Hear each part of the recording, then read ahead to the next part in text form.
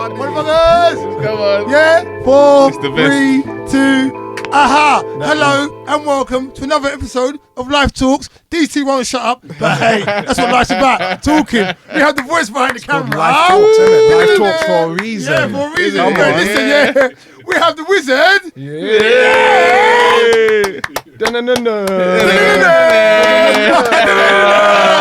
We have Albert in the house. Albert does He's back. I remember you said,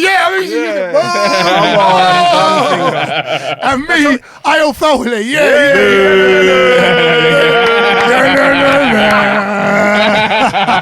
that's so funny. I just realised that the bogle and then this gun finger is the same thing in reverse. Oh,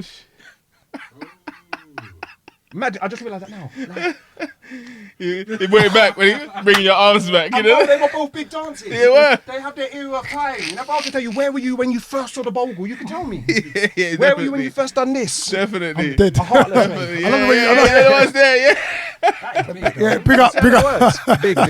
Big up Heartless as well. The big up Heartless, man. Yeah, I 30 miss your years. birthday, 30 years. Yes, Yeah, they I want know, to big you up, I man. missed it too. Foundation, OGs, triple OGs, man. Yeah.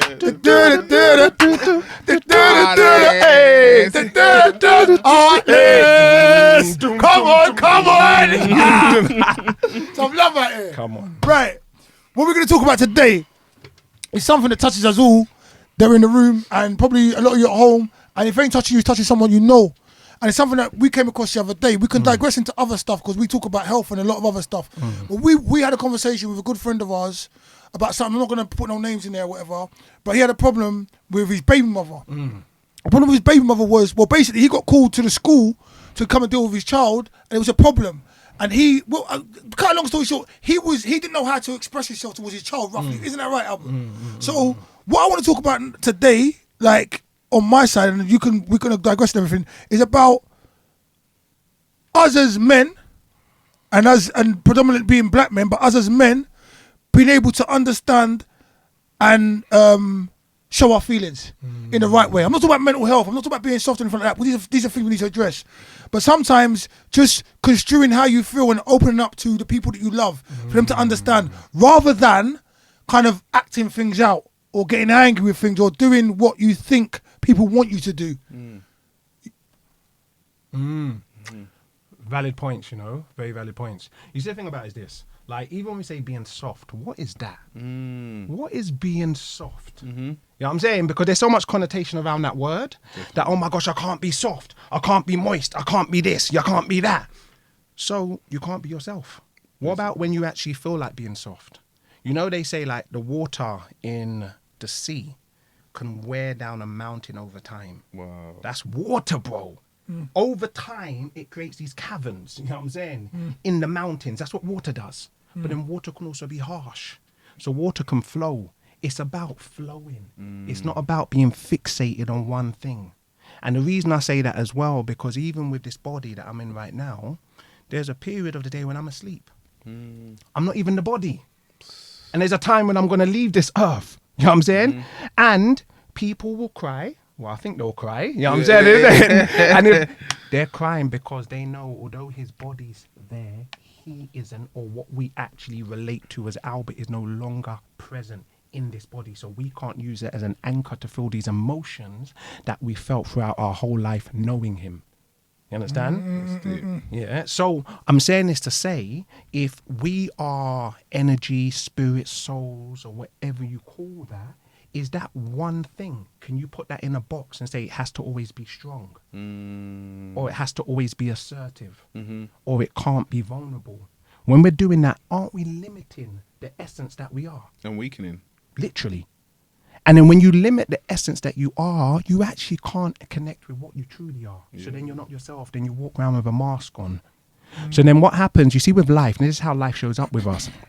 Life will say, today, Albert, you got to be a circle. No. But Albert's identity and Albert's value of himself is focused on being a square. So when it's time to be a circle, I can't be a square. Now, if I choose to be a square, my edges are going to get cut off. And what does that look like? That looks like the challenges that we have, depression, stress, frustration, tension. Because I'm trying to squeeze this square into a It's a round hole hole. of a Does it fit? circle. And that's the same way when it says, you can't be soft.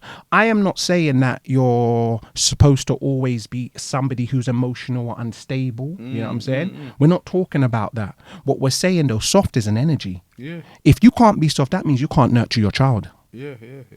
You have to be comfortable with whatever's going on with you at any given time. Once you know it comes from an original place of yourself, and it's not from a place of, let's just say, jealousy, anger, hurt, or anything like that. It's an emotion that comes out. I mean, if you're upset with someone, it's okay to be upset with someone, but it's not okay to physically do something to that person because you're upset with them. This is the difference. Some people, I feel, are not actually expressing the fact that they're upset to protect the person from that emotion, whereas they're getting damaged or defiled by keeping the stuff inside them. And it's this thing about being told that you're a man, you got to be a man. You can't do this, you can't do that. And I think there's a lot of people out there now on the road that are questioning themselves because of that whole thing, that whole what's the word? I'm really stuck with stereotype. Thank you. The whole stereotype of you're not supposed to do this, you're not supposed to do that. Where they're in relationships and the females are doing things to draw them out. They're a loving father. They're a loving son or whatever. They just want to be around their kid. And the females are doing things to draw them out. And when they're getting drawn out, they're stepping back. It's almost like winding up a toy and watching it go.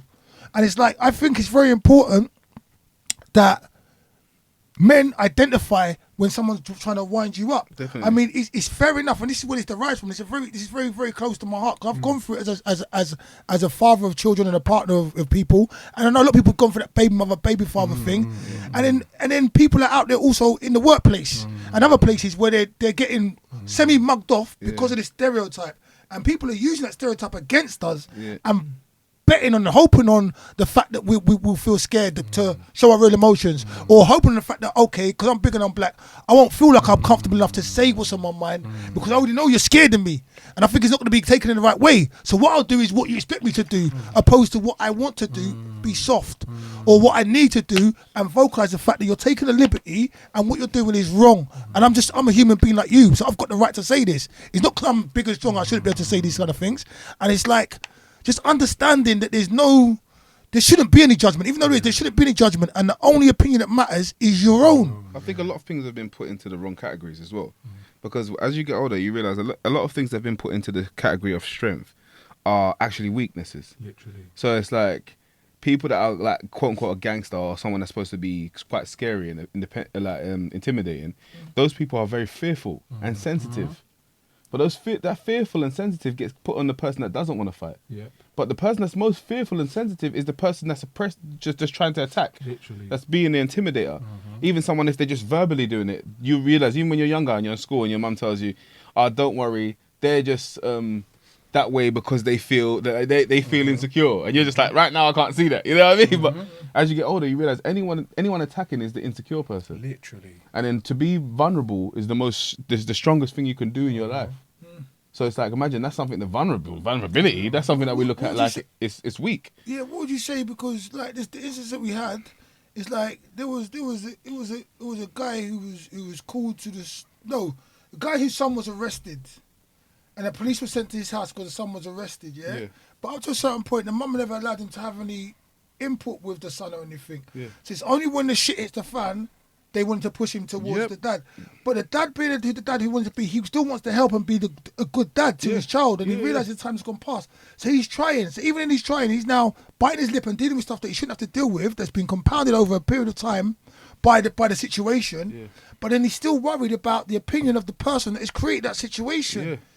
Which was, remember that? Do you remember the conversation we had? And it was like, but what if this person thinks that? What if this person thinks that? Go on. Yeah, you said some... I was trying to keep track of everything you were saying. I took it fast, sorry. No, because you went through some major points all in that like paragraph. But what it is, a couple of things though. I think one, that we've got to, and it first starts with self, but we've got to allow ourselves to be comfortable being uncomfortable. And the reason I say that is because growth doesn't happen in our comfort zones. Facts.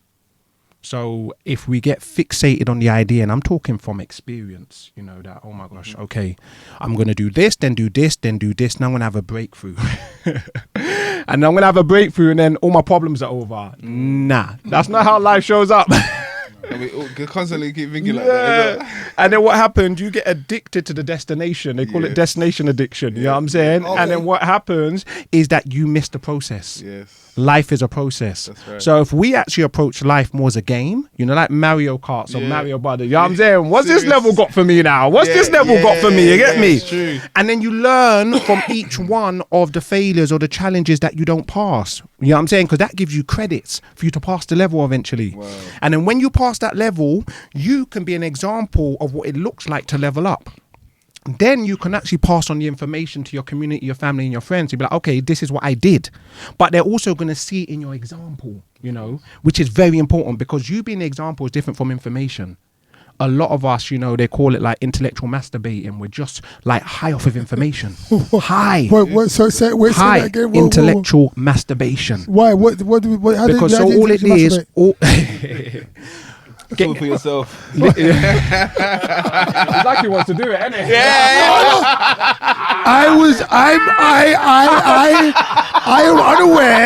I am unaware You know. of the procedure.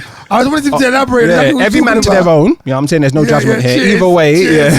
yeah. Either way. No, Yeah, it's we're like- free for that. No, I'm joking.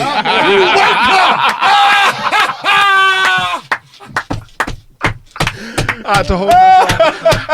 Yeah! I understand you got me! Now you can never be no more! You got finger! You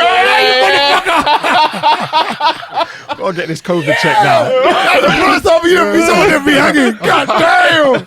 No, you been hard. Look at you. One hand, yeah. Hey, go ahead. I was gonna say I had to work with that. I was like, say he was smart. You read where I was going with that one. Intuition, bro. The way you say the same way you felt me when I was coming up now, like I felt the intention. Yes, bro. So yeah, no. So a lot of us, we get taught how to intellectually masturbate from school. Yeah. Because that's what school's about. Yeah, You know what I'm it's saying? true. Wow. Literally just regurgitate the information they're given to you. It's about memory. It's not about your own intellect. It's not about free thinking. It's about we're going to give you this information, this information is designed to train you to become an employee. You know what I'm saying? Like school's actually doing exactly what it's supposed to do. Exactly. Yeah, It literally takes souls who have all the possibilities and all the potential in the world and trains them how to shrink themselves, how to fit into a box, how to have no dreams, and how to give up their time for money, then give up your money to pay bills. So that's why I never did to go to school. A lot of us, that's why. But what happens, we ain't been given the context to understand that. So what happens, we're battling with a context, which is, oh, you're not smart. Actually, that's not true. The reality is, what is smart? Who defines what smart is? And if smart is being book smart, then that's completely different from common sense. 100%. And if you look at a lot of the entrepreneurs or a lot of people who are successful, they weren't smart in school because that's a different type of information and it has its place, but it has its place for the system of commerce. You see, when you're in the system of commerce, it's about buying and selling, you know what I'm saying? But ultimately, it's about buying and selling of really souls. You know what I'm saying? People come here and then you work for other people's dreams, literally, and you give up your whole life for that. Can you tell these people at home again what it is? And it's not even me. That is, repeat that. It's literally buying and selling of souls. Literally. And you give up your dreams Yeah. to fulfill somebody else's. Literally. That's why I say if you're not working actively on a dream of your own, you become part of someone else's. And you won't even realize that.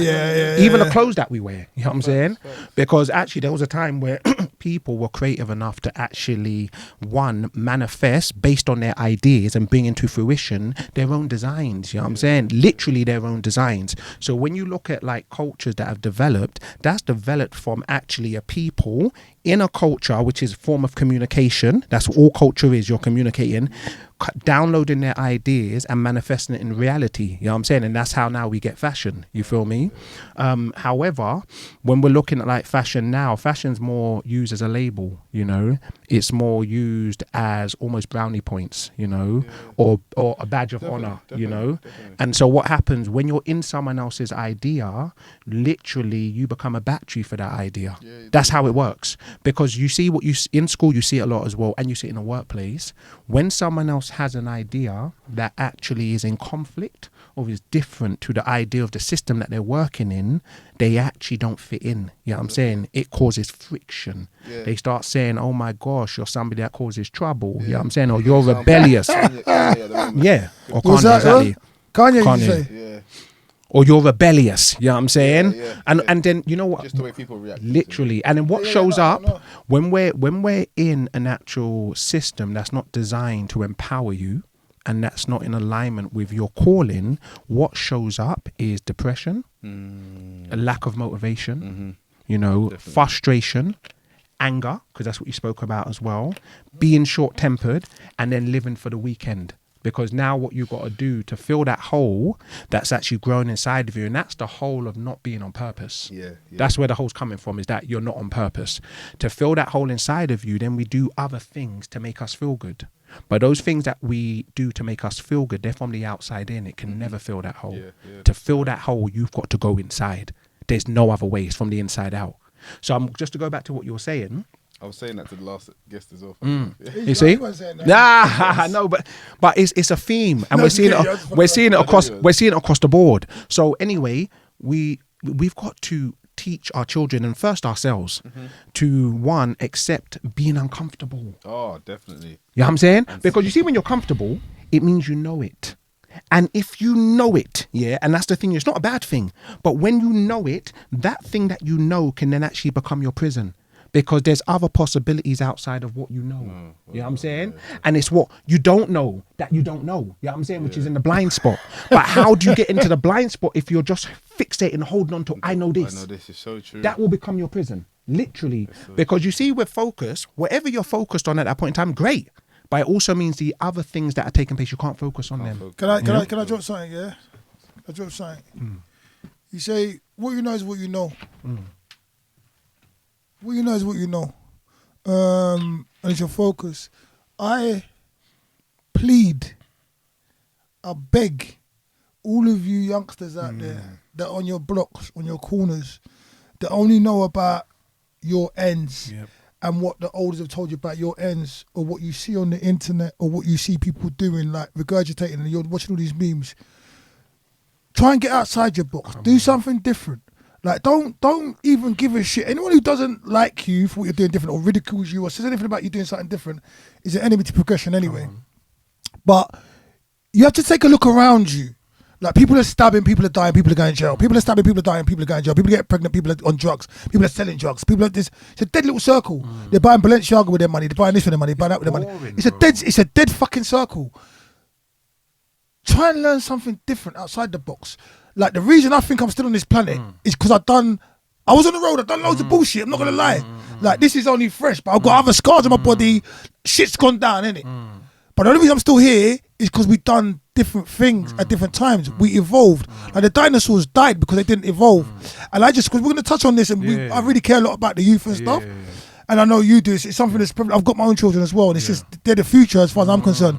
But not only that, is they're going through a lifestyle and they're dealing with things in life that they don't have to deal with, and they are more than equipped to be better than the people who came before them. Much better. They're stronger. They're more cognitive. But they have to understand there's more to life than just this circle, than who's got the Stone Island or Balenciaga or whatever the fuck they're wearing, Off-White or whatever you're wearing, or who licked down this person, or who's got the biggest shank, or all that's all bullshit. After a little piece of time, what really matters will come to fruition, and you'll see it. And you don't know, none of this stuff matters. None of it at all. Take heed, please. God bless you. God bless your families. Love yourself. That's love yourself, and then talk to yourself and know what you're doing. Sorry, brother. Let's get back in. That's cool. Let's get back in. What you just said for me was poignant. Like, it's very important to, one, highlight that, because although we hear it in music videos, we hear it in songs, we hear it in conversation, like, a lot of us were so desensitized, to what's actually happening in the environment, in the world of young people, and I don't even just mean young by age, I mean young emotionally too. Yes. There's a lot of people who are old in terms of chronologically, but emotionally they're still 15, they're still 5, they're still 10. Yeah. That is... Because of trauma, probably. Yeah, exactly, because of trauma. So their mindset has been time-stamped, to when they were 10. and they haven't evolved beyond that. But we're gonna get to that. But the reason I'm saying what you're saying is important as well is because, bro, it's an epidemic, and what we're seeing with the young people is a symptom of something else. And when I say it's a symptom of something else, I'm like, why would you say that? You know what I'm saying? They're just like unruly, and back in my day, we didn't have mobiles and all of those factors play a role. But what's going on with young people in terms of, I'll just say, abuse, you know, whether we're abusing one another or self-abuse, is actually a symptom of something else. And neglect. And the symptom, it goes to what you're saying, neglect. Like, a lot of young people, their needs weren't met. Their needs weren't met as children. And someone then would ask me, like, what do you mean by that? When I say someone's needs weren't met, meaning their basic needs. And what's a basic need? One of them is love. Another one is for you to be suckled, you know what I'm saying? For you to receive your nutrition, you know what I'm saying? Another one is for you to be accepted just as you are. Not that my child is a great dancer, or my child is smart, or my child is good looking, you know what I'm saying? Because then what it does, it means that your child then gets taught that in order to receive love, I've got to dance. In order to receive love, I've got to be smart, you know? In order to receive love, I've got to be strong. I've got to fight, yeah? So what happens is whenever that particular thing they're using to receive this love, and really, they're using it as a key for them to feel love for themselves, yeah? Whenever that thing is not there is no love present. So then they go and look for it elsewhere. Why? Because they've been taught that you're not loved just as you are. Sad. And so if someone's needs haven't been met, we go into survival mode. What does survival mode look like? It looks like now I develop a mask. Whatever I need to do to survive the environment, I'm going to do. Because why? I'm not safe as I am. You're here with us. You are. I can see you're here with us. Back, this starts from parenting. Yeah. Because this is our thing. I was watching that Damon Dash interview. He was just I ain't seen it yet. Yeah, like he drops gems because he's out of the box in terms of the educational system and get taught to go and get a job. Then when you get a job, he's always been out of the box though. He wasn't, because he said he used to hustle. You know, he used to hustle on road. So he speaks about like him hustling and the type of mentality it gave him as a hustler, and he used that same creativity to create Rockefeller and so on and so forth. His thinking has always been unique to him. So on that note, yes, because that's what he used to hustle, you know. And the things he's saying are principles. You can use them in any walk of life, but it's also the self-belief and the confidence. Yeah, the tenacity as well. Yeah, to be able to put that into implement it. In such a big pond of people. Yeah. And I feel like with him, he breaks down, and this is so critical as well. He breaks down the love from his mother. You know, a lot of us don't actually take that into consideration, what a woman's love does, you know. A woman, they say, you know, you give a woman a house and she makes it a home. Yeah. Women, they are alchemical. They transform things. You know, you give women some semen. Wow. Yeah, they're the magicians here. You give. I'm dead. Women, we love you. Like, you giving a naked up the camera. Women, we love you. We do. You hear that? You're the alchemist of all But they time. are, bro. And because they do it so naturally, yeah. You killed me. You killed me. Why are you gonna come and kill me with these gems all the time? No, wait. You get a woman a house, she makes it a home. She does, bro. Ha! You give her semen, she makes children. She gets semen. You know, like I've got two modes. Yeah. He's got his professor mode, and he's got his man them mode. Like, he's got shit that close me, you know. And then he goes right back into the professor mode, you know. That's funny. No, but real talk. And what I'm saying is that, you see, like with women, let's just go to the family. First of all, if our parents, if their needs were not met, how can they meet our needs?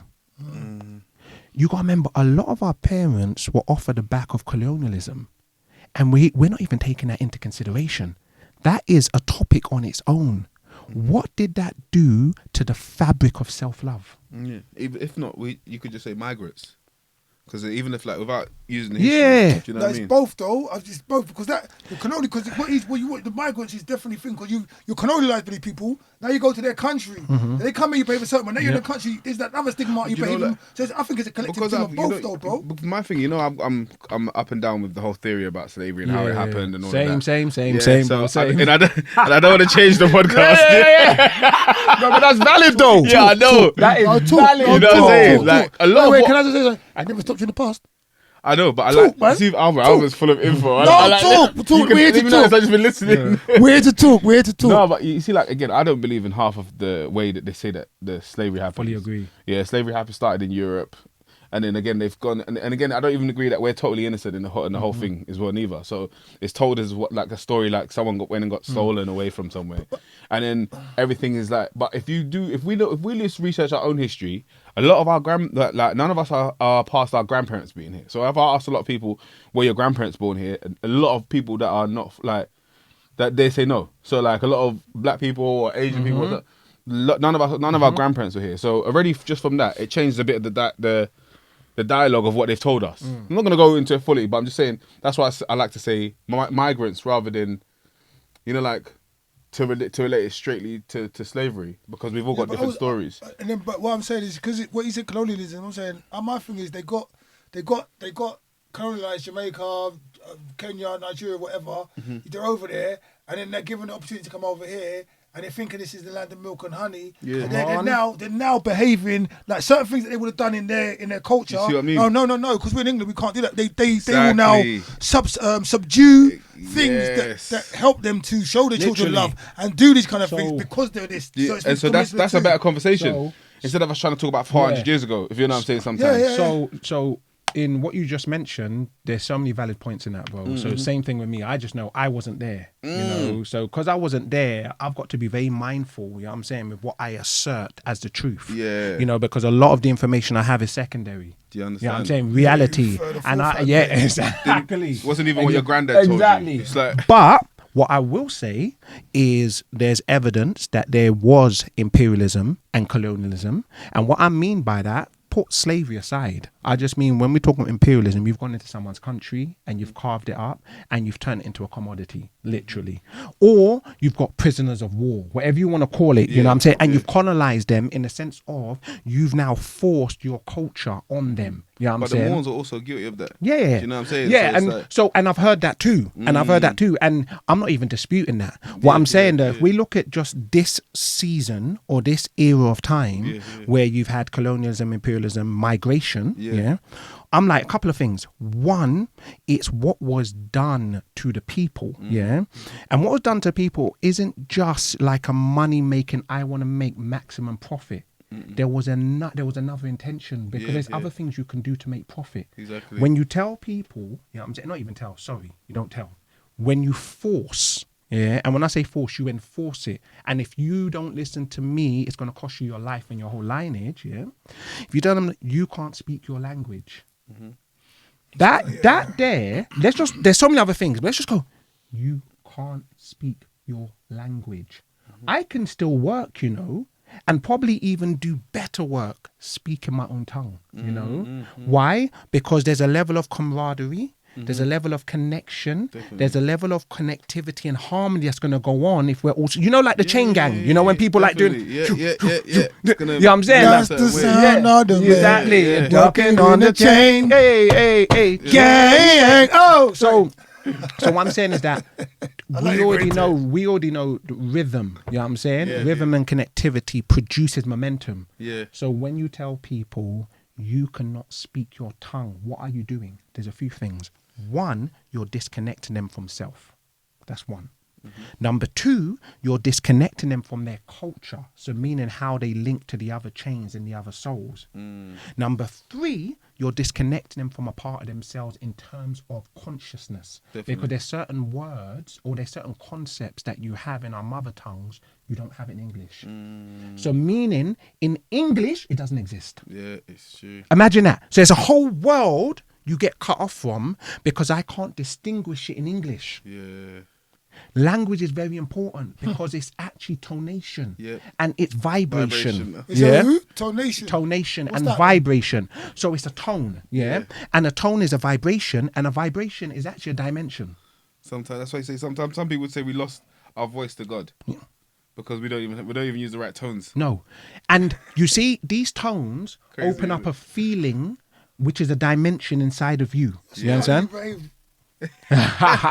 So I'm saying when you tell someone you can't practice your culture, you know what you're doing? You're cutting them off from the world that they came from. That's right. So I may be here physically, but I am not connected to my DNA, which means I'm not connected to my lineage. That's so true. I always say that about black. Yeah. You see the word black? What's black? I'm gonna say because you don't like the word black. I don't like the word black because I feel like calling yourself black is like them telling you to call yourself Toby. If you understand, saying as an example. I know exactly what you mean. Yeah. So every lash.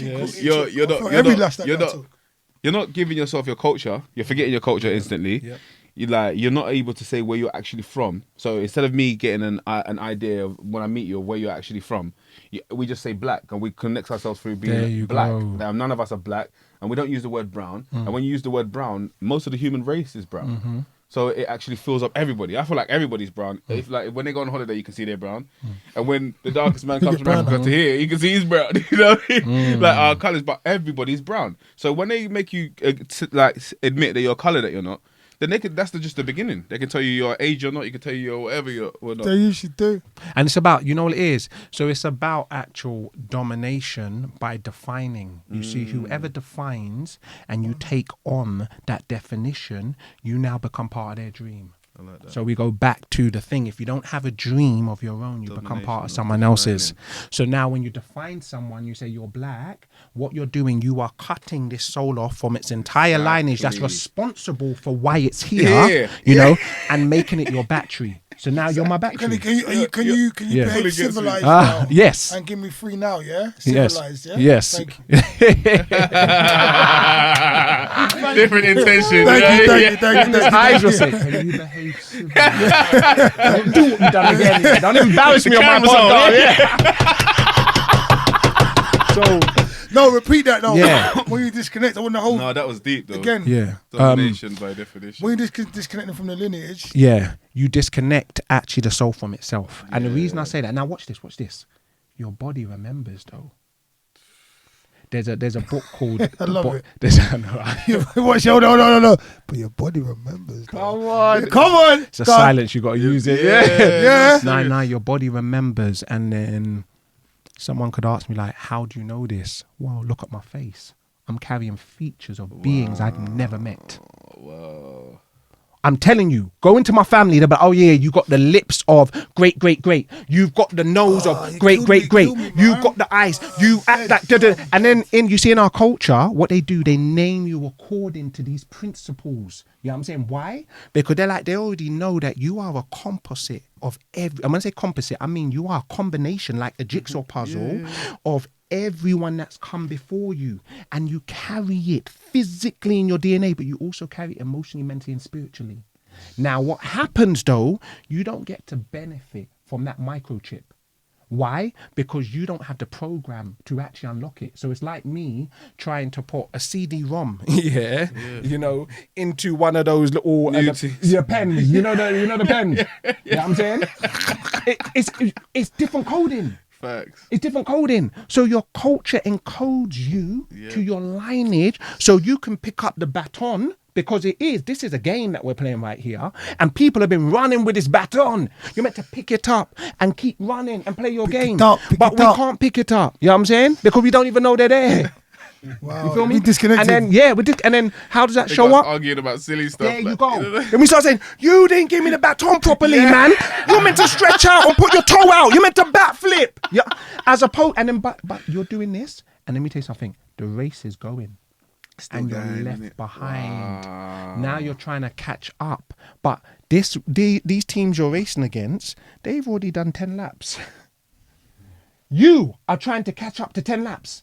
Hence the frustration we get because we can feel it. And when people awaken, that often happens. A lot of people's awakening happens through mental illness. Yes. Because it actually is a gift. meltdown. If you were in the right culture, they would automatically know, oh my gosh, he's having signs of mental illness. Here they'll say that, but in our culture, they'll be like, oh, he's having signs of initiation. Yeah. We have to take him through rites of passage now.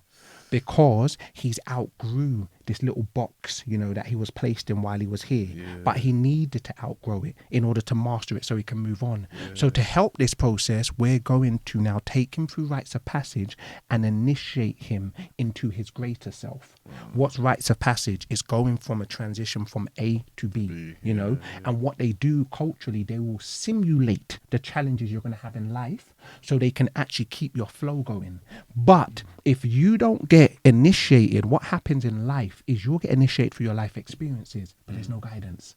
So when you're actually now going through your rites of passage for your life experiences, there's no guarantee you're going to make it through, because we're the elders. Who's going to guide you with the wisdom? Then what does that look like? That looks like prison. That looks like mental asylum. Not everyone makes it, bro. You know, we talk about mental health. No, it's facts. Those who have made it out, like yourself, is phenomenal. It's phenomenal because most do not. I have so many brethrens I've gone to school with. They are no longer here. And the ones who are in their bodies, you know what I'm saying, they're not really in their bodies. Yeah, we feel for you guys out there as And well, we do. man. So I'm saying all of this to say, in our culture, and it's still here, we actually accommodated and we put aside provisions for this, because we understood that you get to a certain point in your journey, and when you're leveling up, we need support to level up. Because if you don't have the support, that means you don't have the tools. It's like going into a car. You know, when I got my first car, I went into the car and I'd watched some people drive and I thought I could just drive. I crashed that thing, bro. I was so eager, because I wanted to drive, I was like, no, this should be easy. Clutch control. Yeah, bro, I didn't know nothing about clutch control. Bro. I put my foot down and went to the gate. Bro, let's both put in at one sec. You know me and your big brother, your oldest brother. We wanted to go and check some girls. My mom had a car. We didn't know how to drive, but your brother thought he knew how to drive. So he jumped in his car. We jumped in the car, right? We got from my house to Junction Road. Do you know that the car stalled? We couldn't restart it. We had to call Swift to come and help us start the car. We didn't know what to do. It's just a question of biting point. It's like just knowing how to drive. You don't have to drive. Biting point is not Biting point. Even now, I'm learning to drive now, That biting point is no joke. Brother, But when it's worn out, when it's worn out. You know, when you're but even on hills. Oh my! It's like magic. I remember one of my. You're driving. It's when you can drive and it's now in your memory. It's a 100%, different thing. 100%. But I'm saying that. Imagine that you get into a car for the first time, no instructor, no guidance, no tools. So it's the same thing as life. Who has actualized you to win this game of life? Who has actualized you to win this game of? Who's done it? So you've been born. Real talk. They're just getting. No, you're right though. It's like just giving you. They're killing me, remember? It's like. I see you when you get there. Yeah. If you get there, you know what I'm saying. So I'm saying this to say that, like, when you're born. And life is rites of passage, but when you're born, that's a rites of passage in itself. You know what I'm saying? Because, like, I'm born into this physical body, but really and truly, we all know that the physical body is not us. Because the period of time when you're sleeping, you know what I'm saying? And the body's not moving. But you're somewhere, you know what I'm saying? And you wake up and then you talk about where you've been. So we know the physical body, there's more to us than the physical body, but we appreciate this because it's our best friend. However, is it? Yeah, it's our best friend. Worst enemy. Yeah, the thing is, the reason some people feel it's their worst enemy is because they're in an internal conflict with themselves. Because the body reflects you. You know, the body tells you what's going on. You can look at someone and know what's happening with their life by watching their body. And the body is designed to keep you alive. It's more low than your mum and your dad. Whoa. Yeah, real talk. Pause. Say again? Your body is more loyal than your mum and your dad. Your body is more loyal than your mum. Your body's the most loyal thing you're ever going to have. Might as well just say, innit? Because it doesn't No comparison, It will just tell you, like... Cause, bro, you know when you get... My hip's been hurting me here. I said the right thing, pause. I love that pause. I love how to use that pause. I had to use it. I got it there. No, the real. And your body will tell you, your body will tell you, I got a little pain in my hip. My body told me, motherfucker, you better start stretching. You're too old to be training the way you're training without stretching. If you don't stretch, you could have more problems tomorrow. It's up to you. Yeah. Your body just tells you Literally, directly. and you know what the body's saying? The body's saying, look, I am going to give you the symptoms early before it becomes terminal. But what a lot of us will do is go pop a pill and then gag the body. So when we pop a pill, we're doing this. That's what you're doing. Because the body is showing you your lifestyle. That's all it's doing, is reflecting you. And the thing about the body as well, it's so amazing. It's got this self-correcting mechanism. So even when you're doing damage, your body is going to correct it without you even knowing. Take the good stuff. Literally. A hangover is your body correcting what you've done the night before. Literally. Diarrhea is your body saying, you know what you've eaten or what you've consumed is toxic. Yeah. So before it starts making our cells carcinogenic, we're going to get it out. It makes ourselves who? Carcinogenic, like cancerous. Carcinogenic. Yeah. Carcinogenic. Yeah. It's cancerous. Yeah. Thank you. We're going to get it out. You know what I'm saying? So all these symptoms that we think, oh my gosh, God, man, why you do this to me? You know what I'm saying? Is your body balancing itself out. I like the voice Yeah. you put on. Yeah, No, we'll he talk. knows. He knows. No. That's what they came to him. Yeah. Oh, but man. Real talk. And they start fighting you know what I'm saying? When you start letting them know that, no, it's because you ate that. Yeah. No, but I want to eat that. I should have dairy, but your body don't want it. No, but that means my body's the problem. How about your mind is the problem? Dairy's for cows. And even the cow's babies apparently don't even... They don't. They get to a point they don't want it no more. Yeah. So, like, if you're going to go drink milk, like, the thing that's suited for us is go have breast milk then. Facts. Real talk. What about goat's milk? No, it's for a goat. Goat's milk is for a goat. It has the hormones that a goat needs. So does cow's milk. Breast milk is for a human. Then you can go and have other milks like plant-based milks. Fine. Yeah. But I'm saying the most natural thing for you to do is to go suckle on a breast. It's true. Don't even let him demonstrating. I don't I look like I'm demonstrating, boy. Like, I already do this. How do you like that? The wizard don't talk much, but when he talks, I was okay. And so Go look, I'm saying that to say, on a real, we have to develop. You don't have to. I would advise us to develop a healthy relationship with our body. No. Let me Yeah. phrase it for you.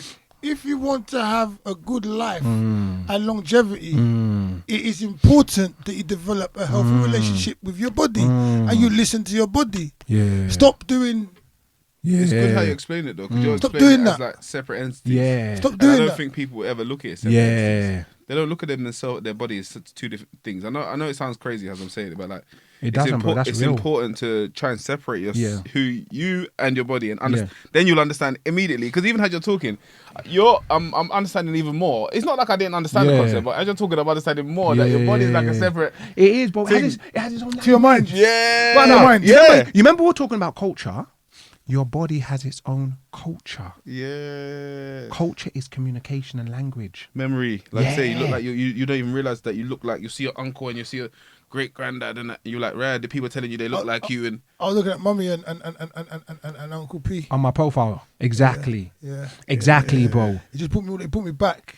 Bro, some of my Like, you got your brethren. mum's nose. Yeah, bro. Who knows Where it's come from. Your brother looks like Uncle P. Peter's like Uncle P. Yeah, They all used to over. say it when he was young. Yeah. But when I met Uncle Pete, Peter's a spit of his dad. If you look, even the energy, like in that picture, I could Yeah, see. you're right, bro. Ah, wow. And I know I'm not. I'm like a combination, Yeah. but more my mother's energy, you know. Yeah, That's his mum what was people amazing say. as Yeah. well. God rest her soul. Yeah. Mum was amazing. Thank you, amazing, bro. amazing. Thanks God for your mum, Yeah, man. man. Auntie That's why Kona. I'm here. Come Auntie on. Kona. Ah, you know.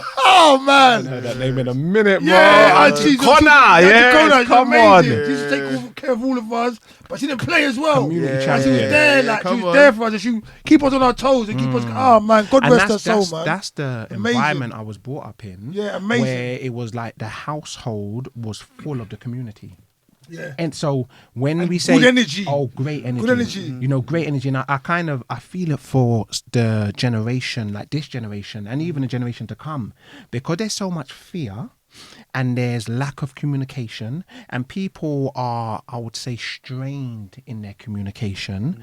What happens? We're not repairing, you know, our relationships. You see, a relationship is a reflection of you. A relationship is probably the greatest gift that we've been given in life because everything is a relationship. I have a relationship with my body. I have a relationship with my face. I have a relationship with my house. I have a relationship with the road. I have a relationship. But what happens if I don't allow these relationships to pour into me, meaning I'm not learning from their lessons? What happens? I become somebody now who's socially awkward. I become somebody who has a lot of negative anger. Because I want to go back to the anger thing you were saying. So as a result, I just withdraw, you know, or I don't trust people. So now my children are brought up in an environment where there's no trust. You know what I'm saying? They have to go find people though because we're communal beings. So they'll go to a road. And they'll get initiated into their gangs. People. Being as you are, you're how your intelligence. Do you have to bring your intelligence to different levels? Do you have to bring intelligence to different levels? Yeah. I used to. Now I'm at the point in my journey where I'm choosing not to anymore. You know, whoever's on or within that frequency will harmonize. Whoever's not, that's okay. You know what I'm saying? We've had our time. Yeah. Because you know what it is as well. To be cold, isn't it? Yeah, no, you know it is, bro. You see, right. yeah, no, I learned it the hard way. Yeah. Because you see what happens. You see when you're trying to pick somebody up, you know, and put them where they say they want to be, there's a whole process that they haven't had. So they're not even there. Wow. You know, they're not there. So they're going to reset themselves back to where they are energetically, and you'll be going with them. And then what happens as well when you're when you're trying to fight and be like, "No, I'm not going with you," that energy turns on you because their disappointment, you become the source of it. Now you are the source that triggers them, but in your mind, you've been helping, you've been supporting. Why are you treating me like this? You see it when you borrow people money as well. It's the best way to see it. Give someone money. Telling you see who's who straight away. No, facts. It's magic. Money's great. It's magic. Do you know there was a thing in Shakespeare in the Merchant of Venice, and it says something like he was giving his son advice when his son was going away. His son was going away from the house for the first time on a long journey. It was a whole bag of advice, a whole string. But one of them was never a borrower or a lender, never be. They said don't borrow money and don't lend money from no one. Never do that. Because of what you're saying, because of what it causes. Now, one or two people in my life as well, big up Lou, like, no, I've literally been on the spot and I've asked some people for money and they've gone, look, these are real people. Like, I'm not borrowing the money because it changes friendships. I'll tell you what I can do, because I see you in a sticky situation. Imagine I ask for £1,000. I can't borrow you £1,000, but I'll give you 250. Because you might make, but I'll give you the 250. I'm not borrowing it to you because of what you said. It just it causes things, and that I respect that. But I can understand what you're saying. You can elaborate on that as well now, please. What was I saying about when you give someone money? It's the quickest way to see who they are. It's not even just you giving it to them. I've been in situations where I've worked with people, and then they've like money's come in. And even when money comes in, you see what people are really like. You know, like it's coming for everybody. And you see what they're like. You see people come into money. Or like maybe a family member passed away and they've just come into a lump sum of money. And you see the difference of them as well. You know what I'm saying? Like I said, it's just even when you borrow money and things like that. But money, like I said, it's magic because it shows you people. It's magic. It's like blue ink. We'll talk. We'll talk blue ink in water. Whatever that is. I don't even You know, like if you put blue ink in water, it would just turn the whole water blue. Okay, one drop. Over one drop. You know what I'm saying? You know, like, even scientists, they do tests with, like, they'll put blue ink. I've got it. I've got this blue ink at home. It's for health though. But initially, it will show up stuff in it. Initially they used it inside the body. You know what I'm saying? Because it shows up on X-rays. Yes. And what it does, it shows you where you've got certain tumours and that. I had that. I had that colonoscophy. Yeah. So you're absolutely right. You know what I'm saying? Blue. It's like blue dye. Blue dye. Blue dye. So you know money. So money. This is another thing. This got me. An elder told me this. It was an elder lady, and she said that money is the feminine principle. I was like, real talk. You know, real talk. Because I get principles, and I also get gender, and I get the duality here. That's some of like the first. I'll say that's like some of the cardinal rules and, you know, the most basic things you learn, you know, on this journey of healing is understanding energy and gender. So like even in French, you know, like a lot of the original languages, there's gender for everything. You know that, right? There's feminine with the E. And there's masculine. Yeah, there's so in French, there's feminine and masculine. Yeah, You know what I'm saying? If you say le, le is masculine, la is feminine. Yeah. And sometimes the accent in it makes it feminine. Exactly. Well, French or Spanish? French. And Spanish is the same as well, yeah. And on. You know what I'm saying? Yeah. Everything in terms of countries, fruits as well, like coffee is masculine. Wow. Yeah. So I'm saying this to say that it's only English we don't have that. So we don't even have a distinction for that. It's true. For anything. That's crazy. So that whole world, we haven't got access to it. We're missing out on a whole world of understanding the energy of things. Money is a feminine principle because it deals with multiplication. That's what women do. Remember, we're talking about the alchemy, yeah. So you give a woman a seed, and she creates life. Yeah. That's alchemy, and not just one. She can create many. Yeah. You make chicken, she makes dinner. Yeah. We'll talk. No, but it's that feminine principle. It's the currency of life. Yeah. So you see, whatever you put money to, it multiplies. So, for example, you give money to someone, you're going to magnify their energy. So whatever was lurking, that you didn't see will be there. If they're generous, you're going to see that. If they're not so generous and they're crafty, you're going to see that. Yeah. That's all money does. And it was another elder that showed me that. She put me on. She said, money just magnifies things. But it will do because it's the feminine principle and it creates. The masculine, the masculine principle, which is great too. Like the masculine principle takes from all the creation, everything, all these possibilities, and chooses one. That's why the masculine principle is supposed to lead. Before I used to think, some toxic masculine. It's not. No. It's not a toxic masculinity thing. It's actually based on our nature. We're supposed to pick from the possibilities that the woman presents, and we choose one. And we create a strategy, and let's say, and we go for that. And once you do that, that harmonizes with the feminine energy, because that's what the feminine wants. The feminine wants to experience. You get me? So that's what we're supposed to do. You know what I'm saying? And this is why you have the womb, and then you have the phallic symbol. You know what I'm saying? The womb. Phallic's a dick. Yeah. Phallic's a dick. The phallic symbol that you see all over the earth, they call it Cleopatra's needle. It's everywhere. There's a reason for that. So the womb is the universe. Yeah. The reason the universe is the womb, because the womb is dark. The universe is dark. Yeah. It's a space. It's an undifferentiated space. Another word for it is chaos. Chaos isn't bad. Chaos is all the possibilities that can ever be. Like when you close your eyes, you go into chaos. You know what I'm saying? Yeah. Unless you can shine that light of your consciousness, mind, because that's what man is, mind, and pick one thought. So and so there's also a reason why we're finding a tendency, and it's not an exact science, but you find that, and this is my experience actually, that there's been more men who have suffered mental health than women. Yes.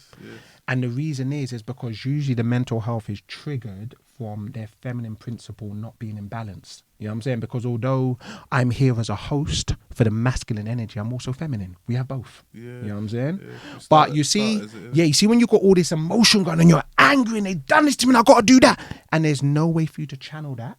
Take a thought, channel it into action. What happens, that builds up and causes a power surge, because you can't channel that feminine energy, because emotions are feminine energy. It's not a bad thing. It's where creation comes from.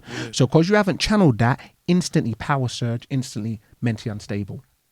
Whereas women, their nature is they can actually more manipulate their emotions. Hence women can multitask. There's a reason for that. You know what I'm saying? I'm trying to multitask and everything stops. I don't get nothing done. I'm in limbo, you know what I'm saying? So wait. So wait. So in this day and age we're in right now, how does a man circumnavigate with all the stuff that's going on? This is for you as well. It's out there. How do you circumnavigate in this world that's going on where masculinity is being taken away or being labelled something else? On top of chaos, has been put more chaos. Yeah. On top of chaos and more chaos, has been put confusion now. Yeah. You know what I'm saying? And on top of that is this YouTube, and there's just so much stuff. So much distractions. It's almost like a fairground. Taking away, and then you're dissociated from your lineage. Depending on what, it doesn't matter where you come from in the world. There's so many different people dissociate from the lineage now. Yeah. And even more so by this. This is doing that job that they did back when they took your language away. This is doing that job now.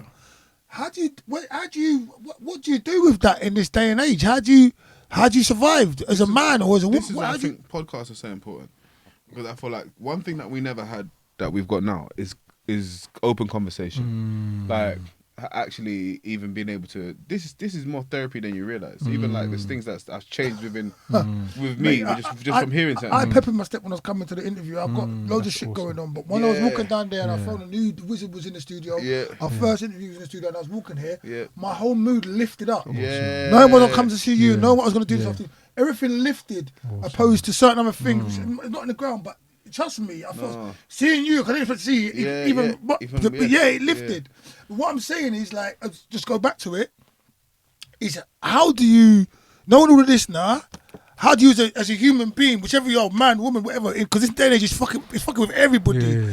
How do you get your feet on the ground? How do you sit down and question yourself or ask yourself? How do you control your emotions? How do you ask for the help, or how do you realize the messages your body's sending you? Because we talk about the body and that. Well, how do you realize? I don't think you realize until you can get with someone that can break it down. I don't think there's any way for you to. No, but no. Listen, I know there's people out there. Like I said, for you was that what I was saying before about the youth. There's people out there that are in places where they don't want to be, and they know they don't want to be there. And it's all it is. They know they don't want to be there in their heart and soul. They know they don't want to be there, but for whatever reason, they think they can't get out of it. No, the world told you.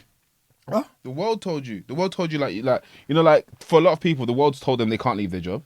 No, I'm talking about like you're being abused or something. I'm talking about that heritage thing. You're doing something, you just know it's wrong. You don't. Yeah, but I'm saying the reason why the reason why they stay is because the world that you've even surrounded yourself in makes you feel like you need it. That's what I was saying. Yeah, but what I'm gonna say, what I want to get to them is how can we help them change that?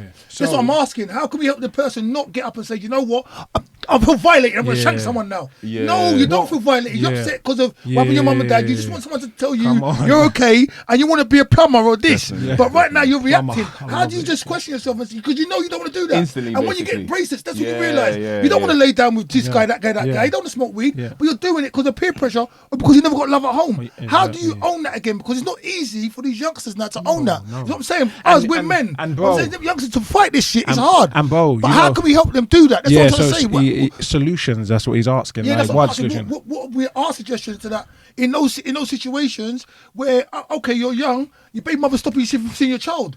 Some people go around the house because they don't want to see my fucking child. They end up in bracelets. Literally. That's not the way to deal with that. Literally. If you've got no one helping you, you do that. I've done that when I was younger. Do you know what I mean? And learned the hard way and been lucky enough to come out the other end.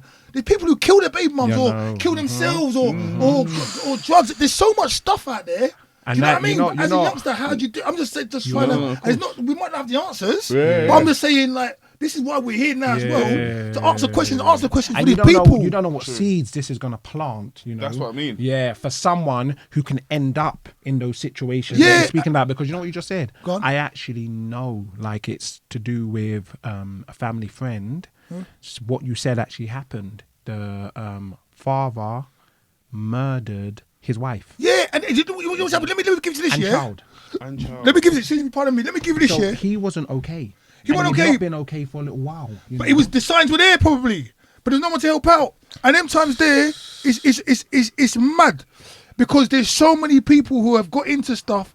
Just got into it. They've laid down with someone, and the byproduct is a child. Yeah, they never had no business being with each other, and they don't even know who the fuck they are. They don't know who they are as a person. And now you're angry at that person now because they have you on a leash. You know what I'm saying? Because now you're trying to use. But they don't really have them on a leash. But you think that, go on. Yeah. So although they don't really, because you can do what you want. Yeah. But there's still that part of you that knows that your seed, you know, another aspect of yourself is out there. Yes. And it's being used now as a bargaining tool against you. Yeah. So to answer your question, firstly, bro, in regards to like solutions, I think like one of them, and this is the first one for me anyway, is you've got to isolate. Yeah. isolation very important, you know, and you know we've had the last 2 years, you know, that word doesn't have like the best connotation.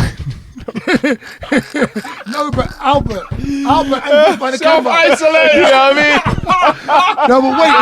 Quarantine. I'm not giving shit. Some good things came out. No, of that. exactly. That's what we're gonna get to, good bro. things came out of that. You know what he's saying? Just Some bad things too. The word it's like it changed the word. Yeah. The last 2 years, just before isolate was just isolate. Isolate, yeah. Now it's like Isolation was a room in a prison before. tell someone like. isolate, they're getting on a plane and going on holiday straight away. Yeah, exactly. Where are you? I'm in Cancun. Why? Because you said that Isolate. word. You know what I'm saying? It just triggered me, you know?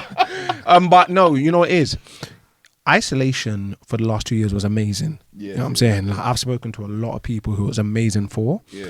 You know, and who it wasn't amazing for, there was a few reasons, you know, and usually the principle is that I've seen across the board with the people that it wasn't amazing for, they weren't prepared to deal with their life. They just wasn't prepared to deal with their life. I wasn't for years. Going to work, but Pub, yeah, out with the lads. hate her, but I don't have to see her. There you go. So they weren't prepared, and as a result, now they're on top of this mountain of all the stuff that they've swept under the rug. How do you deal with that with no tools? Wow. You ain't even got tools. Even the divorce rate went through the roof. Bro, you know, domestic Well, more violence. Kids, more kids were made. Yeah, Not with the domestic same people. extended families, Yeah, blended families. blended families. You know, even with also the domestic violence, I heard went up. Yeah. Yeah, course it did. definitely. And then I was saying it's so interesting because we were on this, it was like a Zoom conference where people were giving solutions. And I was like, it's so interesting because people were trying to blame isolation, you know, for domestic violence. And I was like, absolutely, it's not to blame. It's been there. It was there. People are just distracted. Yeah. Now you have to deal with it. And then people don't have the tools to deal with it, you know? So it just kind of sped up what was going to happen in 10 years anyway. Facts. You know what I'm saying? Facts. So when I'm saying isolation, if you embrace isolation, and when I say isolation, withdrawing, going into that cocoon, just like a caterpillar goes into a cocoon to become a butterfly, that is the first step. Yeah. And the reason that's the first step, because it removes you from looking outwards. Because a lot of us, we're just looking outwards. And you see what's on the outside is only reflecting on what's on the inside. But what's on the outside is actually an illusion for what's on the inside. If you don't go to... Yeah, I'll give you that example. So for example, let's say I'm walking down the street and you look at me and you screw your face and I don't know you. And I'm like, who's he screwing? And I get annoyed, you know what I'm saying? Yeah. You didn't put the annoyance inside of me. You know that, right? You may have triggered it, but you didn't put the annoyance inside of me. Yeah. If that annoyance wasn't there, are your hands clean, bro? No, I'll be masturbating. I'll be self-masturbating, mentally masturbating. Intellectual, yeah, but if that annoyance wasn't there, there will be no concept, there'll be no distinction, there'll be no access to annoyance. You just represent something that's already on the inside of me. So what relationships do, they show you yourself, you know? So I'm saying, what happens though, if I'm like, Ayo, why you screwing me though, bro? And No, wait. Go and do that. I have the same energy, but I'll be like, if it's screaming, I'll be like, yo, you right, bro? Oh, you right, bro? with the eyes as well, innit? You right, bro? No, just joking. So I'm like, why are you screwing me? I'm gonna do this, I'm gonna do that, yeah? And whatever I do or don't do, that annoyance is still inside of me. Now it's just Tom comes along. You know what I'm saying?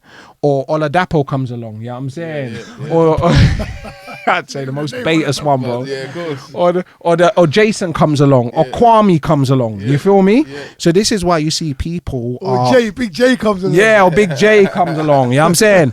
So this is why you find people are going around the world, different places, and dragging the same people there. And the reason they're dragging the same people, because they're the same. They are a mold to attract the same people they've attracted all their lives. You can't run from yourself. There's no running from yourself. So either you embrace and say, you know, I'm going to face myself, and you do that in isolation, first of all. With isolation, you can go through therapies, which are amazing, but the first step, it starts with you. Because even when you go to a therapist, they can't drag you over the line. The therapist operates as an elder, operates as someone, you know what I'm saying, who's kind of going to give you some advice and so on, a mentor. You feel me? And sometimes it goes on to them to the point where it starts affecting them. Mm-hmm. I've heard like therapists and stuff have killed themselves. You know, like there's studies on that, like on them letting people offload too much. Because energetically, when you're sharing as well, don't get it twisted, there's a transference of energy. There's a transference of energy when we're sharing. This is what happens. This is why, just like you and your energy, because you're very jovial and buoyant, there's people that will be like, what happened the other day? You know what I'm saying? The guy spat on me. Who's about? The guy spat on me. That, bro. This time you spat on me, dickhead you. What? Some of you spat on me, bro. Wow. Bruv, imagine I was out, I was working. This is my thing when I'm working. I was working, right? He was thinking about what you were saying before you even. No, I was working, bro. I was working, and this is the thing. I was working, and some youths come to the door, and it's like the youths were gone. The youths were a bit drunk. They couldn't come in. And me, the way I work, like it don't matter whether you're big or small or whatever. I can wrap you up or not. I treat you. I want to be treated like a man. Like I've been drunk, coming to doors and fucking about before. So I'm like, yo, boom, boom. They're dealing with the people in the door. I'm usually inside. I'm response. So I come out, see them dealing with the people in the door. I said, he's going to go south. So I said, like, you look to come in and talk to me. Because they was cognitive, they were speaking to me. I said, come and talk to me, innit? Maybe there's like 5 or 6 youths, maybe more. But there's 3 or 4 that I know. And then there's one of them that I don't know. They know who I am. They know what I'm about. So I'm talking to them like, man, listen, go home, come another day, boom, boom, boom. We'll let you in. But you ain't getting into that because you're drunk. That's what I'm saying. You don't know standing over there. So I'm just speech with them. You lot can't have a tear up with us. There's more of us than you. We'll wrap you up anyway. Because they're drunk and they're bravado. We'll wrap you up. I don't want to do that to you. It's only going to end one way. We're going to wrap you up. We're going to call police for you. That's it. You can't win this. Go home, come another day. Don't get banned. So he said, all right, cool. I speech them down because he was really going to have it the door people. The people's on the door. Speech it down. As they're going now, the guy goes past me. As he passes me, turns, spits on my neck. And then turns again and goes to walk off. I'll show you the fucking video, right? So like, I'm like, hold on a minute. Like I felt the spit on my neck, do you know what I mean? So I've turned round and I've gone to him, yo, did you spit on me? Like, and he's like, I just went, bap, and I kicked him, right? Like I never, like I didn't want to, but I could have damaged this guy. I didn't want to hurt him too badly. But he was I just slapped him a couple of times and he went round and I kicked him. But his brothers are like, he never spat on you, someone else walking past you. Because you come from behind, I don't know who it is. Do you know what I'm saying? I don't give a fuck, because I slapped you like I was your dad. Watch the show and you're going to see me. I hope your ears are still ringing. Don't spit on people.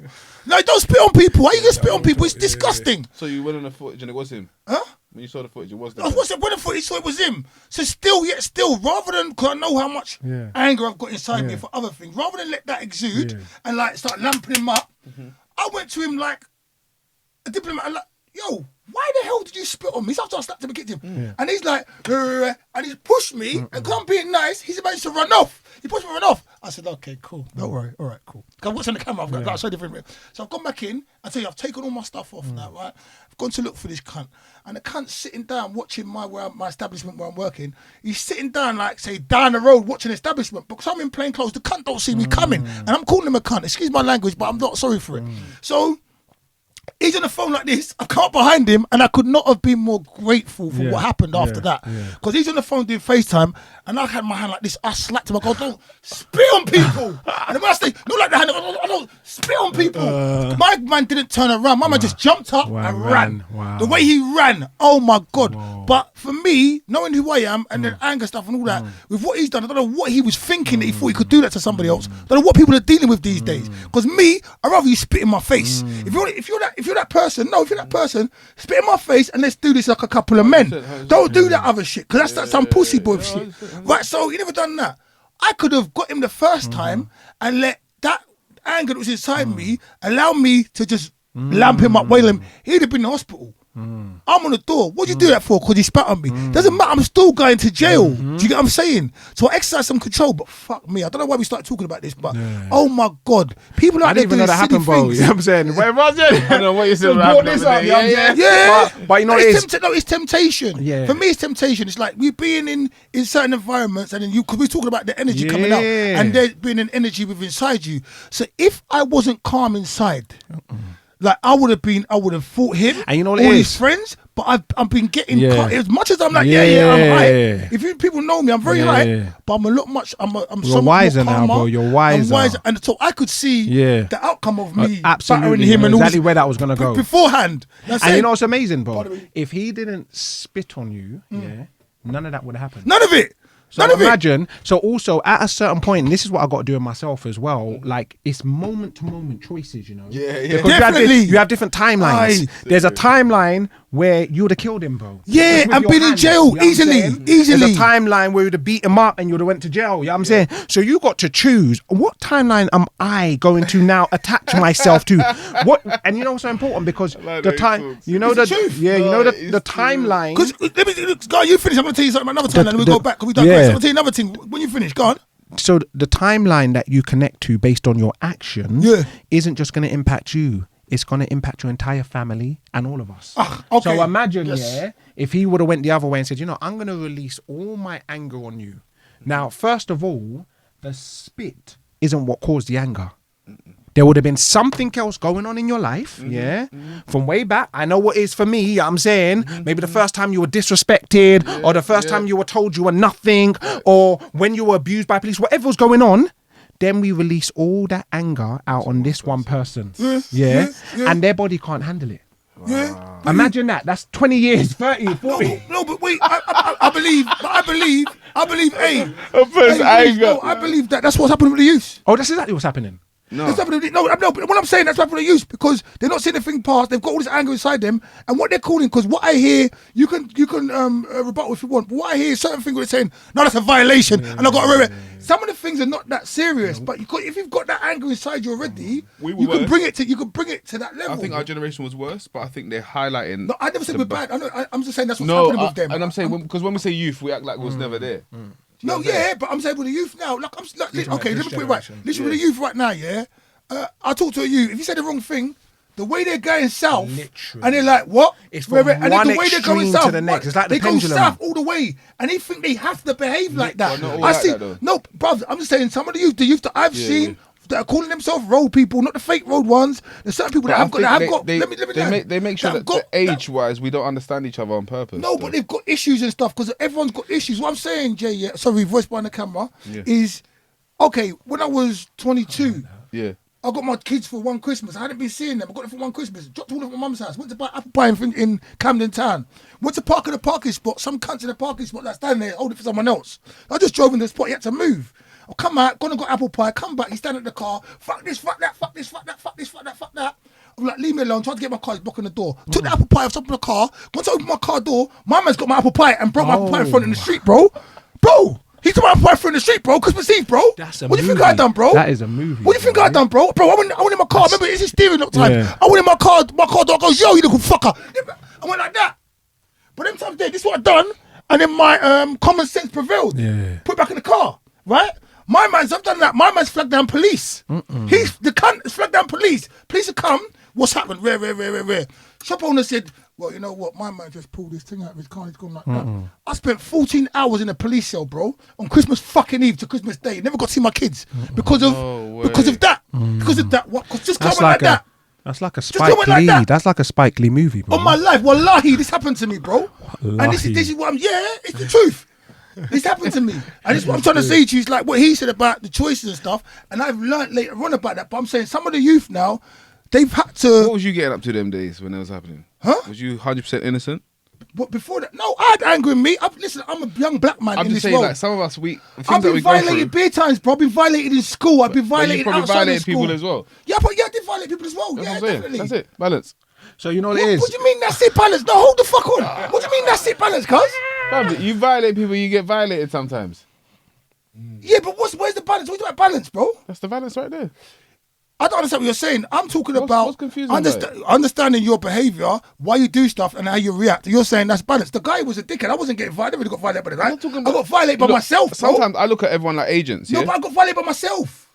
That's what you I got violated by myself. Both ways, I'm saying. No, I got violated by myself. You know, I got violated. I lost my temper. I went like that. That's what I got nicked for. I never got nicked for nothing else, bro. But that wasn't right for you to get nicked for that. Huh? That wasn't right. But for that's you. what I got nicked for. That's why I got violated. So But I that's got what I said. violated by my own emotions. I understand that. But that's what I'm one saying. sec, So it wasn't about the guy. I got violated by my emotions. What's the point, though? What's the point here? What point are you making? What point am I making?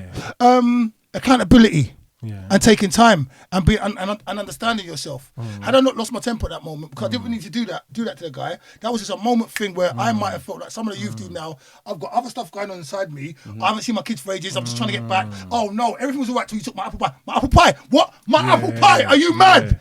I'm listening to the But thing for apple pie. No, you asked me the point. No, I said it was a stupid thing to get upset for. No, I get you, but I said what the By youth me. are dealing with is I think like what we started with is the identity thing. So you know What's what? soft, what's hard, what's Yeah, but there's some. You know there's what it some is though? bullshit, I feel some people like do stuff because they feel like they have to I show. feel- This That's or what I mean. whatever. That's what I Which mean. is- which you don't. I feel, you know what it is though. You lot are saying the same thing, by the way. That's why I was asking what the point is. Sweating, Because I'm you, gonna be sweating, I ain't got because no you clothes both. I did realise that, but I just Yeah. thought let him. Yeah. You see it, man. Fuck you, man. No, you get emotional about it. Yeah, no, it's good. It's You good. was sweating earlier. This guy was winding himself by the camera. He said, "I make me sweat." Fuck that. Man, you're some bullshit. God, I was gonna say no. It's great that you've expressed yourself and you're releasing it, because It is. for the most part, people don't have the spaces to do it. And it's not that the spaces don't exist. You can create a space anyway. You can go to a park and do it. Yeah, Just people yeah. don't feel safe enough. You know. True. But you're both saying the same thing. But I still think that it's the smoke we're talking about. Where's the fire? You know what I'm saying? Because what it is, we can talk about the smoke the whole day, and that's okay. You know what I'm saying? But that flame is turning into an inferno. And that's kind of what you're getting at. You want to know, okay, there's a flame that's going on. Yeah. And it's going on. It's going on in our communities, and it's been going on. And now it's turning into some forest fire. Because what you find as well, bro, like a lot of the young people, especially young people that I know, and, you know, the communities I know, they don't feel safe. No, yeah. Yeah, and when I mean they don't feel safe, I don't just mean if it's a thing like, oh my gosh, they don't feel safe sometimes. No. 80 or 90% of the time they do not feel safe. Even whether they're part of their life or not. And that's what's messed up. That is a big issue, because it means they are in fight or flight. That's right. 24/7. That brings down life expectancy, you know, Yeah, I know. because their body's producing adrenaline all the time. the- Hence the yeah. reason they need to smoke. Yes. You know what I'm saying? Yeah. They're trying to medicate it. And balance. Yeah, and so to go back to what you were saying for us to go forward, like you see the timelines, you chose a particular timeline that gave you a certain result. Like what he done was a big disrespect, but you see the reason he done that, and obviously I don't know him, but that's definitely a control thing. 100% a control thing. With the apple pie or the spit? No, the spit. And the apple pie. Both. Both. Apple pie. No. Yeah. Both are control. Yeah. And you see when someone externally is trying to control, yeah, it lets you know internally they're out of control. Yes. Yeah. Yeah? Both of them was control, bro. You got to remember, we're in an environment, and I'm not saying it's all bad, because there's lots of blessings for being Definitely. like this. This environment is like a double-edged sword. There's many blessings for being in this environment. There are so many kind of rewards and things we get to benefit from because we are here. 100%. But then there's also the shadow of it, and we're suffering from the shadow. You know what I'm saying? Because we're not prepared to look at it. So, for example, if you're in an environment where most people feel oppressed and dominated, and I don't just mean black, white, whatever, you know what I'm saying? I mean people's spirit is being oppressed, you know, because the spirit of freedom's been taken out. You know what I'm saying? To be free here, you get ostracized. You know what I'm saying? People don't want to know you. You know what I'm saying? So that already is a control factor. It means that, you know, so if I'm myself, you're going to then what? You're going to withdraw? You're going to neglect me? You're going to abandon me? That triggers people's childhood abandonment wounds, so they're not themselves no more. I can't be myself. I'm going to be who you want me to be. They don't say it like that, but that's the process. I'll give you an example. This is something that Gabor Mate said. He was like, Gabor Mate, he's an amazing, I'll say he's like an addiction specialist, but he goes way beyond that. He's into healing. He's all about healing and bring yourself into wholeness. But he was like, he asked the audience, how many people here have had an intuitive feeling or an intuitive thought and not followed it, not followed through, not honored it? And when he asks his audience these questions, most people put their hands up like this. He says, already there, bingo. He says, so right now, you see, when you done that as a child, you taught yourself not to trust yourself. So you don't trust yourself. You don't trust one of the most basic instincts that you have that's there to guide you. Intuition. What do you think is going to happen as you go through life? More and more your self-esteem goes like this. And then you look for external validation, because internally that voice is quiet. Wow. You know what I'm saying? So then that leads to them people being out of control, because now internally I don't know how to regulate myself. self-regulation. I don't know how to do that, you know. Someone says something to me, I go off the rails, and it's like a volcano erupts inside of me. I don't know what to do with this energy. I need to get it out. I need to kill someone. I need to beat someone up. You know what I'm saying? So now then it goes back to, look at the guy. You went into the parking space, you know what I'm saying? He was holding it for someone else. He lost control. You controlled me. I'm holding this parking space for someone, and you've come and drove in there. You know what I'm saying? I'm not a man no more, because it's not just it's not just no control. It's all the other associations. I'm not a man. I'm a you. I'm moist. I'm this. What can I do? Can I just add to get that feeling back? Do you know what? Let me. Imagine, Apple pie. imagine I got Let me break the apple pie. Let me break the feeling. No, Let me imagine. share the feeling. Imagine I go out of the car. No, imagine you know what I'm saying. How old are you, bro? It's good to talk. No, imagine I go out of the car though. Because remember in his passport, so I go out of the car and I've brushed past him and gone to the shop. Because I never had the apple pie with me. I had to go and buy the apple pie. Of course. That's what I'm saying. So I've brushed it. He's like, whatever, man, shut up. I walked up with the car's in the place now. So what you're saying, like, Bro, how old do you have to be emotionally to do that? How old is that boy? Emotionally. Yeah, man, he's a big man as well. No, so how old is he emotionally? That's Chronologically, what I'm he could saying. be like 35, 40. Yeah. But how old is he? Emotionally. No, imagine your children. At what age do you do those types of things? 5, 6, 7? Exactly. Even 3. Yeah. Watch children You in see- reception. Listen, you see certain big man, like, if they don't get things their way, I've watched certain man, like, and I'm like, Meltdown. yeah, and I'm like, oh, And man, I'm taking that's everyone with me. So I'm saying again, with the person at Serious. the person at your give me work, that, please. the person at your workplace. Another thing, control. You told me I can't come in, so you're controlling me. Who's the guy with the speak? Yeah. You told me I can't. See, the No wicked- matter if you're right, I don't care. But the wickedest thing is the guy's a dickhead. I don't have freedom in any other area of my life. I have no control in any other area of my life.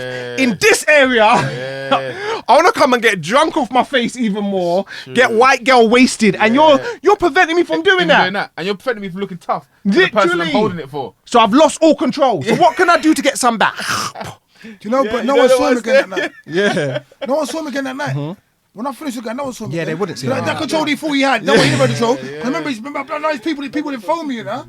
No one saw him again that night. Is it? They don't know what happened to him. When I slapped him, he probably ran all the way home like fucking Forrest Gump. Yeah, of course. Seriously, I swear to God, no one saw him again. I'm saying there's a deeper issue. Deeper You know what I'm issue, saying? yeah. The Yeah, no, fire- I can appreciate the that. fire. The fire is the self-control. People lack self-control. That's the thing. And so I'm saying, going back now, isolation is key, first of all. See, if you don't actually get to know self and you don't get initiated into yourself, you can't really know anyone else. Because, and I Hold up. wait a minute. Please repeat it for the people who didn't get in it. Yeah. So if you're not initiated into yourself and you don't know self first, you can't really know anybody else. And the reason I say that is because in order for there to be a 2, a 3, a 4, even a 5, it starts from the premise of 1. If you haven't discovered who the 1 is, where the 1 is, what the 1 is, there can be no 2 or 3. It's an illusion you're telling yourself. Who the hell was telling me about that the other day? About the Matrix and the deep. one? Well, I just, You remember that? No, do you remember that? The whole concept of the Matrix and it the is. subliminal messages. and Bro, that. the Matrix. As you being the one, he The was Matrix yeah. details that. The whole Matrix is literally an ode to discovering the 1. Yeah. You know what I'm saying? And know that we're all supposed to be ones in our story. If you're not the one, then you can't let anyone else in. If you can't be on your own and be Yeah, one, if you you can't- can't be multiple. You're saying, you I can't. believe. You can't, because every number is composed of 1. Every single number, apart from the 0, and that's not a number. That's a state. You know, so if you don't discover the 1, there can be no 2. So when you're in a 2, it's actually probably like a 1.5 or just a 1. You know what I'm saying? So 2 Well, I beings. just stop you for 1 second. Yeah. So you got to take time to be on your own and understand who you are before you can interact with other people. If you take time and understand who you are, in any given situation, it's going to be almost impossible for you to be manipulated. It'll be impossible for you to be used or moved around, and you're not going to do anything that you're going to regret afterwards if you understand who you are. And this derives from initial isolation and finding out who you are, what makes you tick, taking a good, hard, long look at yourself in the mirror. Literally, because you know what it is, bro? You see, like... Thank you. Yeah. If we if we don't do that, what happens? There comes. You go. Yeah. If we don't do that, Mo, there comes a time in our lives where we have to face the one again, no matter what. There's no avoiding it. But you're not constantly facing them. No, see, I'm saying, so there comes a point in your journey on earth where you have to face the one no matter what. What do you mean? You die. All of us are going to transition. No one gets out of here alive. So, no matter what you do, yeah, there comes a time. Nobody move, nobody get burned. Nah, bro. You have to face the one. It's written. Yeah. That is actually the principle of living. Yeah. So it will serve you well that you face the one before that day. Get to know the one. Love on the one. Pour into the one. Have fun with the one. Because you see what that then does? It gives you a foundation to have fun with others. The 2s and the 3s and the 4s and the 5s and the 6s. But if you're not stable in the one and you're around others, trust me, you are actually not going to be stable around others either. Careful of your mic, because you talk very softly. Yeah. Just because you turn that way, you don't need to lose. Yeah, so you won't, if you're not stable or you're not actually... You can move it that way if you want to. No, it's cool. If you're not actually rooted in the one, it makes it almost impossible, for you to actually be a 2 or be a 3 or be a 4 or be a 5. It's not going to be a full 5. You know what I'm saying? Because there's 0.5, one of you 0.5, another one 0.5, another one. So it's actually 2 right there in terms of energetically. You get me? So this is when, then what happens? You start to leech off of other people as batteries now. You start using their energy to fill yourself up because you haven't discovered where the one is. Yeah, that's toxic. Very toxic, because what that does, it creates attachments now. And attachments are not bad if they are secure, meaning you're secure within yourself. So in a relationship, we can have a healthy relationship because we're both secure within ourselves, But when you're not secure within yourself, you're going to use that relationship to try and get what you're missing inside. And what you're missing inside, you're not going to be able to get from another relationship. And as soon as that person turns away and does something you don't like, all of this, anger, hate, abandonment, you know what I'm saying? Whatever's going on inside, you're going to project onto them as if they done it to you. They're just on their path. Does that make sense? So it's like, I'm trying to hold on to the summer while the winter's here. That's a problem. You know what I'm saying? I'm going to drive myself crazy. So one of the solutions is first to get really rooted with the one. Discover who the one is. Discover what the one is, and be patient with yourself. Give yourself time, because for the most part, be patient with yourself. And I'm talking for myself, trying to sprint. There's nowhere to get to. Where else there to get to? You're gonna die. You get me? Death. So this is why we're seeing people are dropping down all over. You know what I'm saying? Because we haven't allowed ourselves to evolve and nurture through the seasons of our life. I'm in winter, but I'm trying to hold on to summer. And I don't want to see spring. That's a problem. So first, get to know the one. And now, going back to what you said with the youths, bless our generation and the next generation and the generation to come. Most of us, my brother, we haven't been parented. Most of us. That's the reality. Yes, we've had beings who love us, unconditionally, and we've come through them. But they didn't even have the tools of being parented. So how are they supposed to parent you, Go on. So how are we supposed to parent our children? So if we're going to parent our children, we first got to reparent ourselves. We have to reparent ourselves. What does that look like? So first, it looks like addressing, accepting, and facing where your needs weren't met as a child. I'll give you an example. I remember, for most of us, let me talk for myself. When I was younger, I knew my needs weren't being met. I knew it. It was clear. There was a visceral meaning, it was a visceral sensation in my body, you know what I'm saying, when an adult, and this was most adults I was around, will promise me something and not follow through. Yeah, from my mum to my dad, all the adults, uncles, aunties, but what that does to a child, consistently is one, you stop dreaming. So two things. You're either going to say, I'm going to do it myself. But at that age, there wasn't accessibility as we have now. You feel me?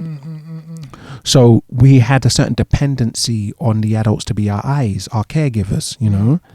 So what I did is I just stopped asking, you know. And what that meant is I stopped trusting the integrity of the adults around me because they had let me down so much. And what really me not trusting their integrity was a solution in my head for was trying to repair my broken heart because I was heartbroken. You know what I'm saying? I've come into this world as just a being, yeah. And what children do, Have you repaired it? but I'm in the process of doing that because it's a process. You know, you like people talk about and they like to fling this word around, healing and this and that. You know, you're not just healed. You know what I'm saying? That's not how it works. This is like we're just trying to objectify and label it like I'm just healed, like you know everything. No, it's a process. That makes sense. And you see, there's a saying that you should be open and allow your heart to be as broken or get broken as many times as possible. You know, don't stay in the break, but allow the process to take place. Why? Because every time your heart breaks, in the repairing of it or in the process of healing, you discover another part of yourself. You gain more wisdom. So they say, allow your heart to be broken. That's how the light gets in, you know. But when you're hard, no light gets in. You know, so it's like, it's basically a mirror. What becomes of the broken hearted? Come on. Yeah. No, but but I didn't realize it, but every challenge has a gift attached to it. If you allow yourself the patience and the commitment to go through the process. So I'm going back to reparenting ourselves. You first got to accept that your parents are human or were human. They don't know it all. They once were children themselves. That's the first step. We need to, and I mean, love your parents unconditionally and all that, because actually it's a form of loving yourself, you know, but also remove them from this holier than thou pedestal that they should know everything and be everything. Yeah.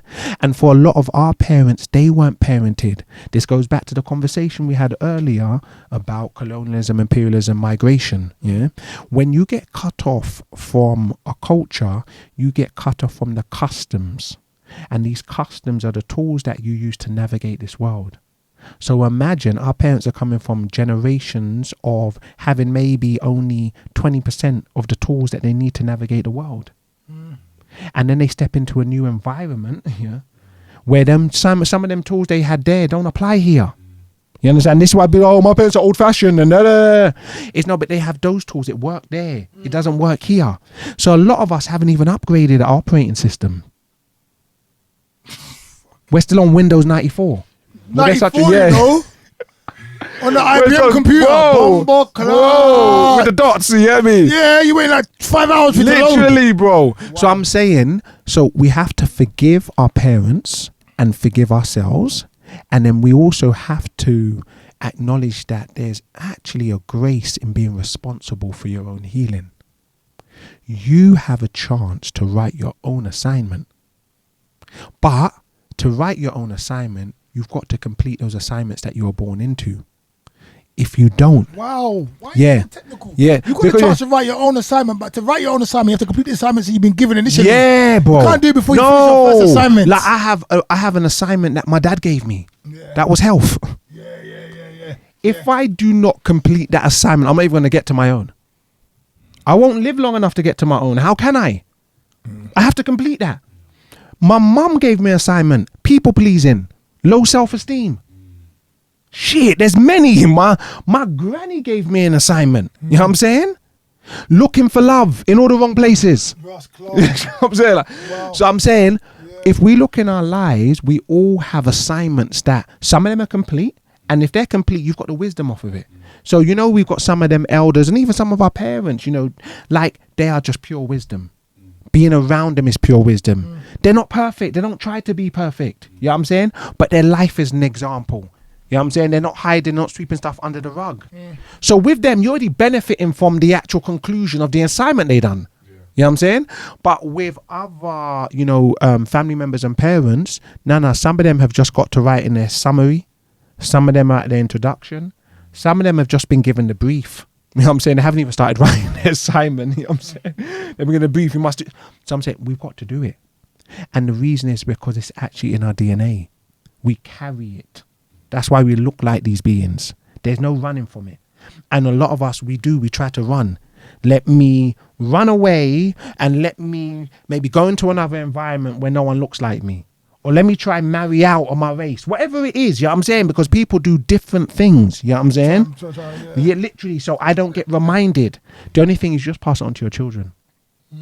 So you see when we're dealing with the anger, these emotions that you were talking about earlier as well, because it's the same topic, they are not just your generation. Multi-generational, intergenerational. We pass down this stuff. We pass down this trauma. So let's readjust our assignments. It keeps getting passed down, you're saying? That's it. What else can happen? What So else? readjust our assignments. That's it. That's like if you, and obviously like I can stand corrected. It's just something I've noticed. No, but Yeah. I will concur with you. Yeah, I've just noticed it because I had to start looking at my mum's generation. I'm like, oh, I got to give them grace. Because like my mum's generation or our mum's generation, they've gone through some stuff. I know like my parents were in the war. What does that do? You get ripped away from your safety, your childhood home, your friends, community. You have dreams and possibilities still buried there. Because you saw your life there. You saw the next 10 years, 20 years, 30 years. Who has now given you the tools or given you the support to enable you to adjust and process what's happened? No one. Just keep it moving and be strong. Keep it moving and be strong. This being strong thing while your inner child is dying. And then what you then do is suppress that part of you that's actually mourning. You suppress the part of you that's in grief. Because if you acknowledge it, you won't be able to function. So you suppress it. You have to acknowledge it to move forward, no? That's it. That's why there's no moving forward. Until you acknowledge it. Yeah, there's no You moving have forward. to That's why cry your children will show you. They will show you, the children, bro. This generation is showing us ourselves. I mean, I'm okay because I think like, I'm just saying, most people have not, but I don't know why I went to an accent, but I do know why I went to an accent. The amount of shit that I've been through, I think has humbled me and it's given me clarity. Like the life that I've lived up until now, the shit that I've done, the shit that I've survived, the thing that I've seen, and the blessings that I've been given as well. Yeah. And it's the realization that nothing is forever.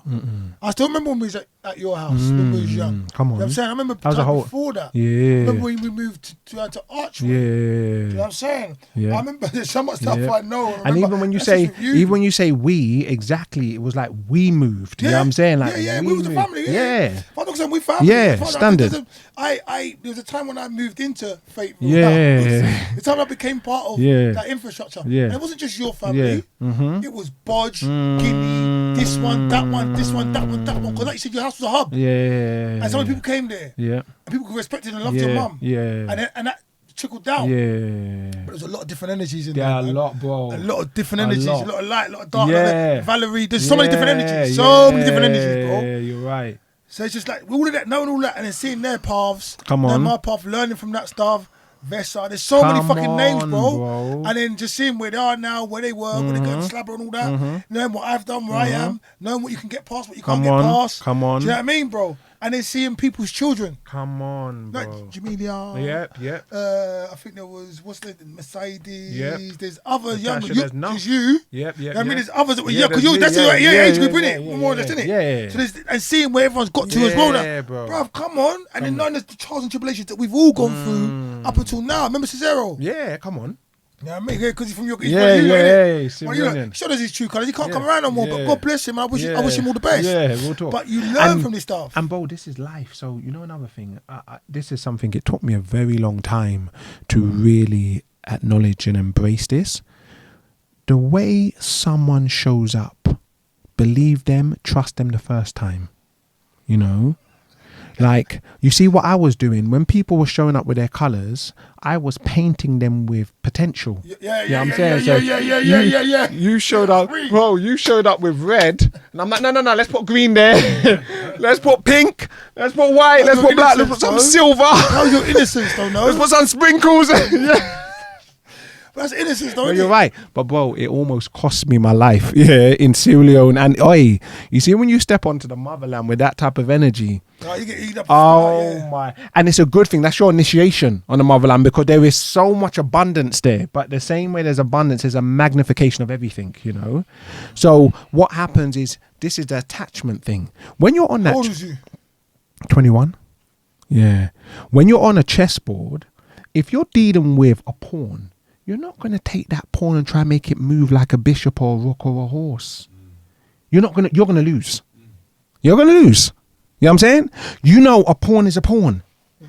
And a pawn is great if you play it according to the strategy you have for a pawn. Yeah. But if you try and play it like a horse, it's a wrap. And so I'm saying that to say that it's important to embrace people for how they show up, because that's how you honor them. It's like it being raining outside and me saying, nah, it's sunny. I'm going to suffer.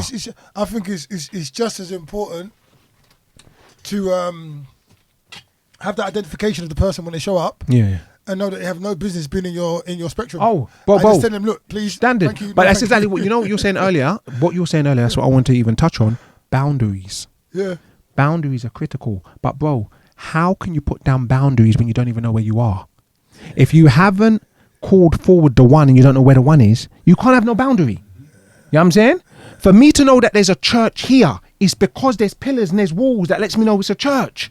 If it's not being demarcated by that, it's just another space. It's just another place. I'm going to walk there with dog shit, you know what I'm saying, on my shoes. So it's the same way, because I'm saying these are all concepts, but it enables us to understand how to navigate this realm. Boundaries are critical. And you see, when you start exercising your boundaries, you start seeing who's who. And you start seeing who actually respects you and who doesn't. And it will hurt. You have to grieve. But that's another thing as well, bro. Blessings, bro. Bro. Blessings, bro. Blessings, bro. You know, you spoke about anger. Anger's not a bad thing. Anger's actually good. It's a good thing. It's emotion, isn't it? Yeah, it's a good thing if you exercise it in a healthy way. Yeah. But when you start having misplaced anger, misdirected anger, that's a problem, you know. And you see, one of the things why we're not really I really like talking to you, you know. Yeah, no, same, bro. You know, one of the reasons we don't channel our anger effectively is because it goes right back to the first topic. We have this mold, you know, that, like, unbeknown to us, unwittingly, we've been squeezed into this mold, you know, like the angry black man. Yeah. I used to suffer from that because I never thought I didn't relate to myself as that at all. That might be our next guest. For real. I didn't. It doesn't matter if it is. Yeah, I didn't relate to myself like that. But based on school and repetition and programming over and over, timing over and over and over, that eventually took its toll on me, and I started to relate to myself as the angry black man. But I was never angry. I'm angry. Yeah, so then what happened? You won't be too long. Yeah. Remember, I was never angry. So you know what I did? I started fighting being the angry black man, just like that. Yeah, I started fighting being angry. So, but what that meant? Now, this is like, for lack of a better word, this is a head fuck. Yeah, because imagine wait, pause. Yeah. Minute masturbation. Yeah. Sorry. You know what's so funny? I don't think I've said that word in like 10 years, you know, but I just think it was yeah. Real talk, but I just think it was the best thing. Yeah, it was the best thing for it. Wait, give it. It sounded on point though. I'm going to use that one. Cool. I wasn't sure, you know, But you know what it is because imagine this. Someone else has projected their idea onto me. Yeah. The way they see me, you know? Remember, I'm not this thing, but they've projected their idea onto me. I don't have the tools to, one, assert my boundaries, And then also communicate that this is my boundary. And if you do this, this is the consequence. Because another thing, yeah, if you have boundaries and there's no consequences, there is no boundary. You have chalk. That's chalk on the ground. Yeah. If anyone can teach you that, females can teach you. Yeah. Chalk. So Yeah. wait. So if you have no boundaries and You say don't. again? If you have boundaries and you don't actually communicate them, Or have as well as the consequences, Of someone not respecting not- them. it's not a boundary. It's chalk. Serious. It's just chalk. Literally. Serious. It's like one of those card houses, you know, we used to build. Yeah. Blackjack, you know. Yeah. That's what it is. No. Yeah. What are you getting mad for? Yeah. What's Literally. You just There you go, bro. What fucking boundaries? Exactly. Exactly. You're oversensitive, man. Shut up, man. you're Yo, man, oversensitive. shut up, Yeah, man. You can't You're moist. dickhead. Dumb. But yeah, so if you do not assert the consequences, forget everything. You're a joke. Serious. You're just talking. It's air. You know what I'm saying? You're capping, as they would say. So I've never heard that before. I'm old. yeah, you know it. No, so like capping is like you're chatting rubbish. You know what I'm saying? I didn't even know that, but I just used to hear people say no cap, no cap, no cap. I'm like, what's that mean? Yeah. Let me put it in. Why? This is the first time I've said it. You know, you're capping. Yeah, you're capping. My friends are gonna be proud of me. You know, 'cause I was asking them about it. Yeah. Come on. Yeah. So what was I saying? You're capping. Yeah, You're not capping. You're not capping. so boundaries.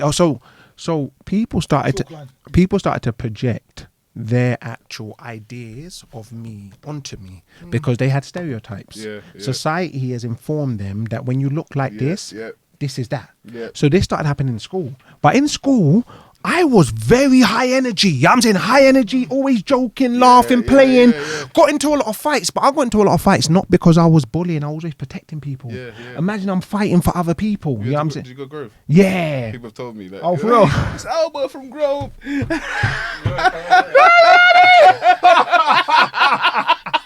Hey, brethren, do you hear that? My friends that see me now, they're like, you can't be that. You're not that type of person because it was a different lifestyle. But Don't fuck with Professor Nuts. hey, Professor, that was another era time, but I can't even be anyway. So they used to call me Professor Nuts. But we spoke about the first show. Oh yeah. So, but what happened? No one actually gave me the tools to be able to put down boundaries and then also communicate and assert and take action on the consequences, especially with adults. You know, so I used to put adults on this pedestal because that's what I was taught. You know, children should be seen and not heard. Respect your adults, all that stuff there. So what happened? Little by little, my own personal power got eroded, but I didn't know that because although they were projecting it on me, and initially I'll fight back, eventually I started fighting with the mask they put on me. So I will be doing things to actually not reinforce the mask. That's a problem though, because it takes away my authenticity. Because at that point in time, I was supposed to be angry to put the boundary down. At that point in time, I'm supposed to be assertive. At that point in time, I'm supposed to say, no, that was wrong. Do not do that again. All that. I stopped doing a lot of that stuff. So it felt like I went from here to here. And then if someone done something, they don't get this whole process of negotiation. It goes from here to that extreme. Does that make sense? Yeah? 100%. So you see now, I started fighting with this mask. Then when I was around people that never even saw me like that, I still was projecting that. You know what I'm saying? Because I didn't want them to think I was a stereotype. So in a perverse way, the stereotype was still controlling me. Although I wasn't that because I was fighting against it. And you see, this is the thing. Whatever you fight against, meaning you say you don't want it, yeah?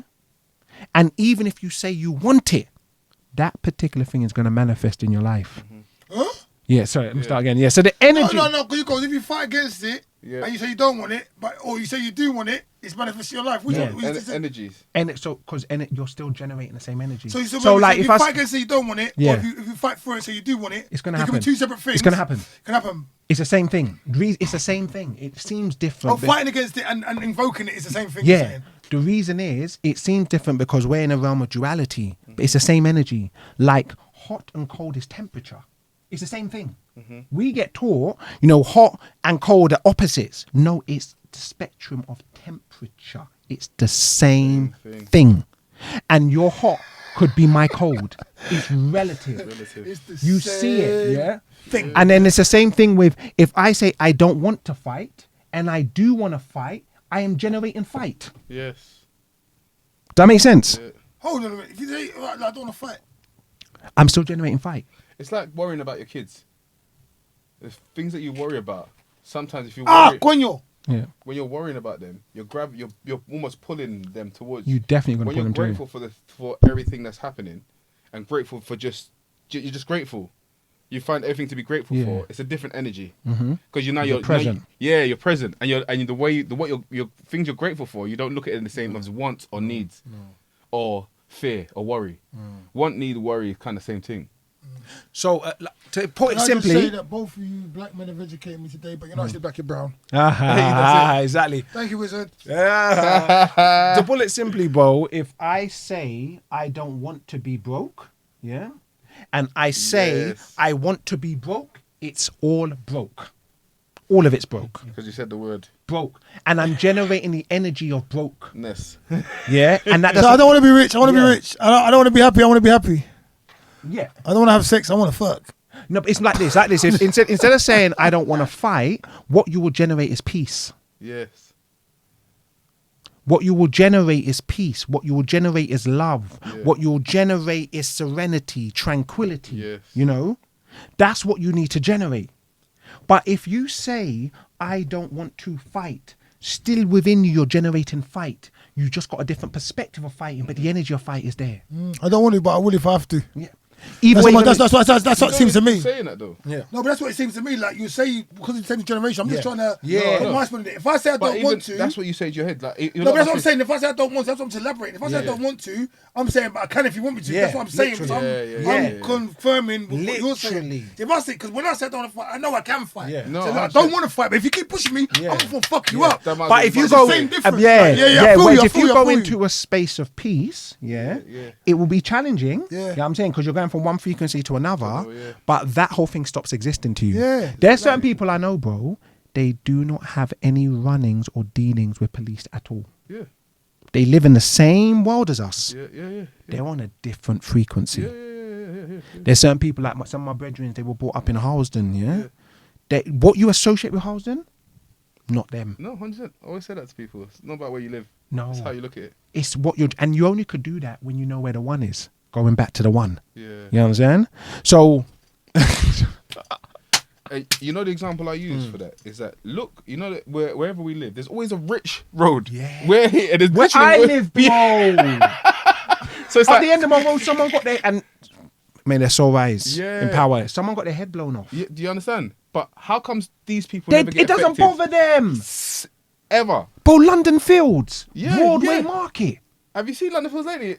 It's well, if you go there in the summertime, daytime, yeah, you might not even see no black people. None. Where? I look odd. They're looking at me. What are you doing here? Should we be scared? I used to be around London Fields all the That's time. what I'm saying, London bro. Fields, like, where was it? Wild Close. Like just off the back of Chatsworth Road. Yeah. Chatsworth Road's around there, isn't it? Even Yeah. Chatsworth Road, it's just So what bare I'm saying, trendy. around bro, there a lot. It's around there a it's lot. all frequency and energy. And we have a frequency, you know, we have a frequency. Yeah. And the reason I say that as well is because they know this as well, like, you know, metaphysically in our cultures, they understood that every soul that comes here has its own tone. Its own tone. So what they would do, Frequency tone, not colour tone. yeah, frequency. No, it's all the same. Yeah, I was gonna say that. Yeah, because colour's frequency. You know, like there's certain people, they hear colours. Mm-hmm. There's certain some people, people they are see colourblind. sound, yeah, and they're colorblind. Some people see sound because it's all part of the electromagnetic spectrum. Mm-hmm. You understand? It's just when we receive it through our apparatus, it actually then our brain will filter it as a color. Does that make sense? Like even when you're making food, this what a lot of us don't realize. See, when you're making food and you're preparing this food, you're digesting that food even before you eat it. Because the actual frequency of that food, the particles that you're smelling, you know what I'm saying, is going into and your body's digesting it. It's just a lighter version of the same thing you're making in a pot. Hence the reason some people will make food and they're don't full eat. up. Yeah, they're full. The chef can never eat. You know, like I make like 4 or 5 dishes. Yeah, Good. yeah, they're full. I don't want to eat really. Bro, you're full because you've already digested it. And so I'm saying, like, so in particular cultures, Aboriginal cultures, when a woman is pregnant, they would do a ritual ceremony with her, you know, where they would actually, one, do this ceremony to connect with the soul that's coming through the woman at that time. And the reason they do this, because they're like, this soul is coming into our community with gifts. We need to make sure that we prepare the way. We need to prepare for this life. Who does that anymore? I know, It's a gamble, bro. It's a gamble. So So then they will say, okay, oh, all right, you've come to do this, you've come to do that. All right, fine. Then the soul will be like, give me this and give me this at certain points in my journey so I can remember my purpose. I can remember my calling. I can remember my current that brought me here. And when they do that, that's what we call rites of passage. And then they wake up to their purpose, their current. And there's challenges, because that's what this life is about. There's no such thing as perfection. But what it does, all of the other distractions get actually almost diminished, almost limited. You know what I'm saying? So now they can just deal with the challenge of their purpose. You feel me? And you see, when you're on the challenge of your purpose, it's fulfilling. That's why I remember watching like Damon Dash, that interview. He was talking about doing things that bring joy. Yeah. He was, the emphasis for him was like, you should be doing what you love. Yes. And then the value will come. Never work a day in your life. Yeah, the value will come. Exactly. And I'm saying all that to say, it's difficult to do that if we haven't been parented. And then if you don't go back to reparent yourself, because remember you asked that question, how do you reparent yourself? If you don't go back to even just admit, oh my gosh, my needs weren't met as a child. And needs not being met as a child isn't just what was not done, it was the good things that didn't happen as well. And I didn't realize that. I was watching Gabbo and he was like, look, it's the good things that didn't happen. And there was so many good things that didn't happen. I remember I didn't go on holiday, didn't go on school trips, didn't get toys, you know. So as a result, it inspired creativity, that's which is amazing. But I gotta go. I gotta go. Make $1 out of 16 cents. Well, it was your brother actually. I remember your brother taught me how to make paper aeroplanes. His brother was, and he probably doesn't. I don't even think he'll know that I remember this. He was the best at making paper aeroplanes. I don't mean just any. No, we're making fighter pilots. We're making jets. We're making aeroplanes that sit in each other. So when you throw it, they unleash. But that was my toys. That was my games, because I didn't have toys. How old are you? How old am I now? 37. My age. Wait a minute. That's why I know people that know you. Same age. Just only 2 years older than you. 2 years. So he showed me how to do that, but that was my games. That brought creativity. So I started to realize, oh my gosh, someone doesn't have to give you a toy. You can make your own up. So it's about having that same balance. But then I also have to go back, forgive myself, forgive my parents for not meeting my needs. Forgive them. You have to forgive them. Because they never understood what you needed. No, because they didn't understand what their needs were. Their needs were met. And this goes back now full circle when I was talking about imperialism, colonialism, getting cut off from your culture. See, when you cut off from your culture, you also get cut off from the tools that are required for you to navigate this place. However, it's not all doom and gloom. No. Like those of us here are in a unique position because we are like we're not all doom and gloom. Nah, we're on the cusp. Meaning we have access to it all. Exactly. So what we're supposed to do is it all? Bring it together, nature and non-nature. Traditional, Western, technology, old, new. Exactly. Yeah, I'm saying manual, analog. So we're supposed. There you go. No, I get it. We've some I've seen. Bro, we've seen it. We've been on both sides. It's unique, bro. We're the only generation that's ever going to do it. Literally. You know, there's no other generation that's going to do that. You're right, bro. It's so unique. So I'm saying, so what we're supposed to do, we're supposed to take the tools and create something new. That's what we're supposed to do. 100%. But we're not going to create if we don't complete the past. Hence the reason you have to reparent yourself. Not everyone has the same challenges. So I don't want to say it like, oh, everyone has to do it. I'm just talking from what I see as an epidemic across the board, because these patterns repeat over and over and over and over. And then you know what it is, you start seeing when children and parents start to go at it. Why that happens a lot is because emotionally they're at the same age. That's where they start to go. You know what I'm saying? You notice when that child emotionally gets to that point where the parent is. then they start doing this.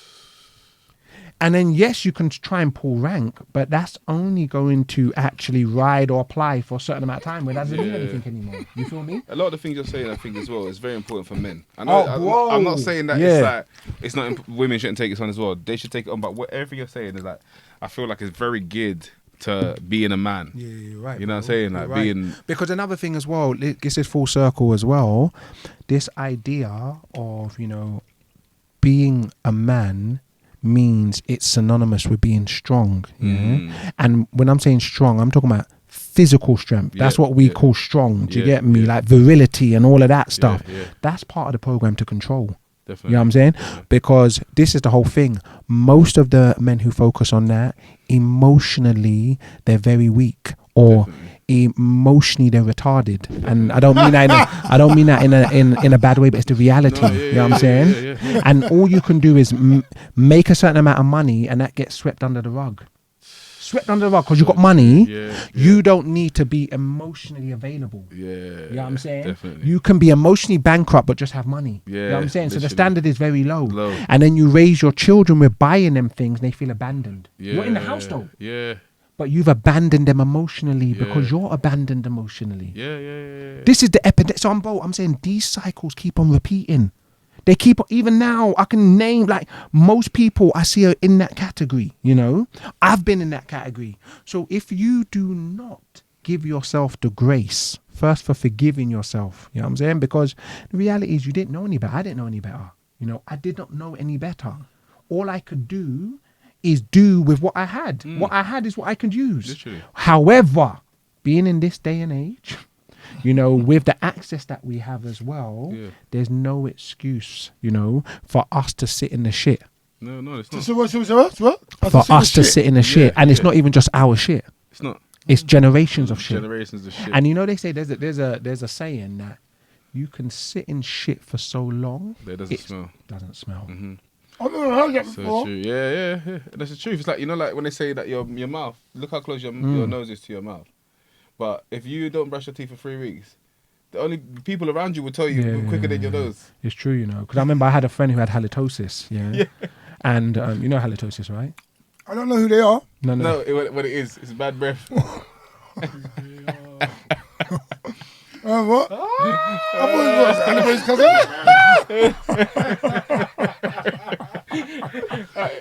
Albert couldn't even stay professional for that one. You know what I'm saying? That is funny. That might be a house party. You know what I mean? Like your man. Who that? So, but it's a medical term for bad breath, but really it's because their gut. You know, so it's a microbiome issue. It's an issue with your gut.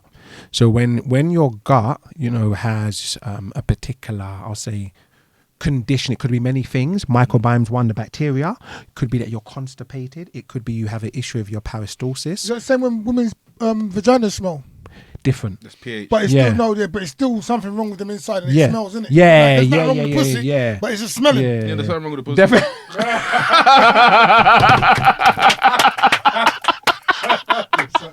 You know where he's been, right? Yeah, exactly. Why are you trying to convince him? It doesn't mean that it's the pussy. Inside, it's their belly. Yeah. He's inclusive. Yeah, so good. What's inclusive? Yeah. You're inclusive, isn't it? Right, no judgment. It's good. Alright, cool. Yeah. If you don't smell good, Everyone, don't do it. If you don't smell good, I don't do it. Yeah. No. I think that's. No. I think that should be a rule for everybody. Your eyes start watering. That's why you don't care. Yeah, and I think it should Your be a eyes rule. start watering like, was it onions? No. And I mean for women and for men, you know what I'm saying? It should be the same. 100%. Like, No, but standard. how can a man smell? What? How can a man's dick smell? What do you mean? Definitely. Mine don't smell. What do I mean? I mean, a man. circumcised. I don't know. I don't understand how your dick can smell like that. It can. You clean yourself, innit? But not everyone cleans. That's what I'm saying. That's why. And not everyone. And again, rites of passage. Most, not me to say most. A lot of us have never been taught how to clean. Yeah. You know what I'm saying? Yeah, You but say, come on, you know no. you're How dirty. can you know? Yeah, it's true. How can you know? Most of us don't even know what to eat.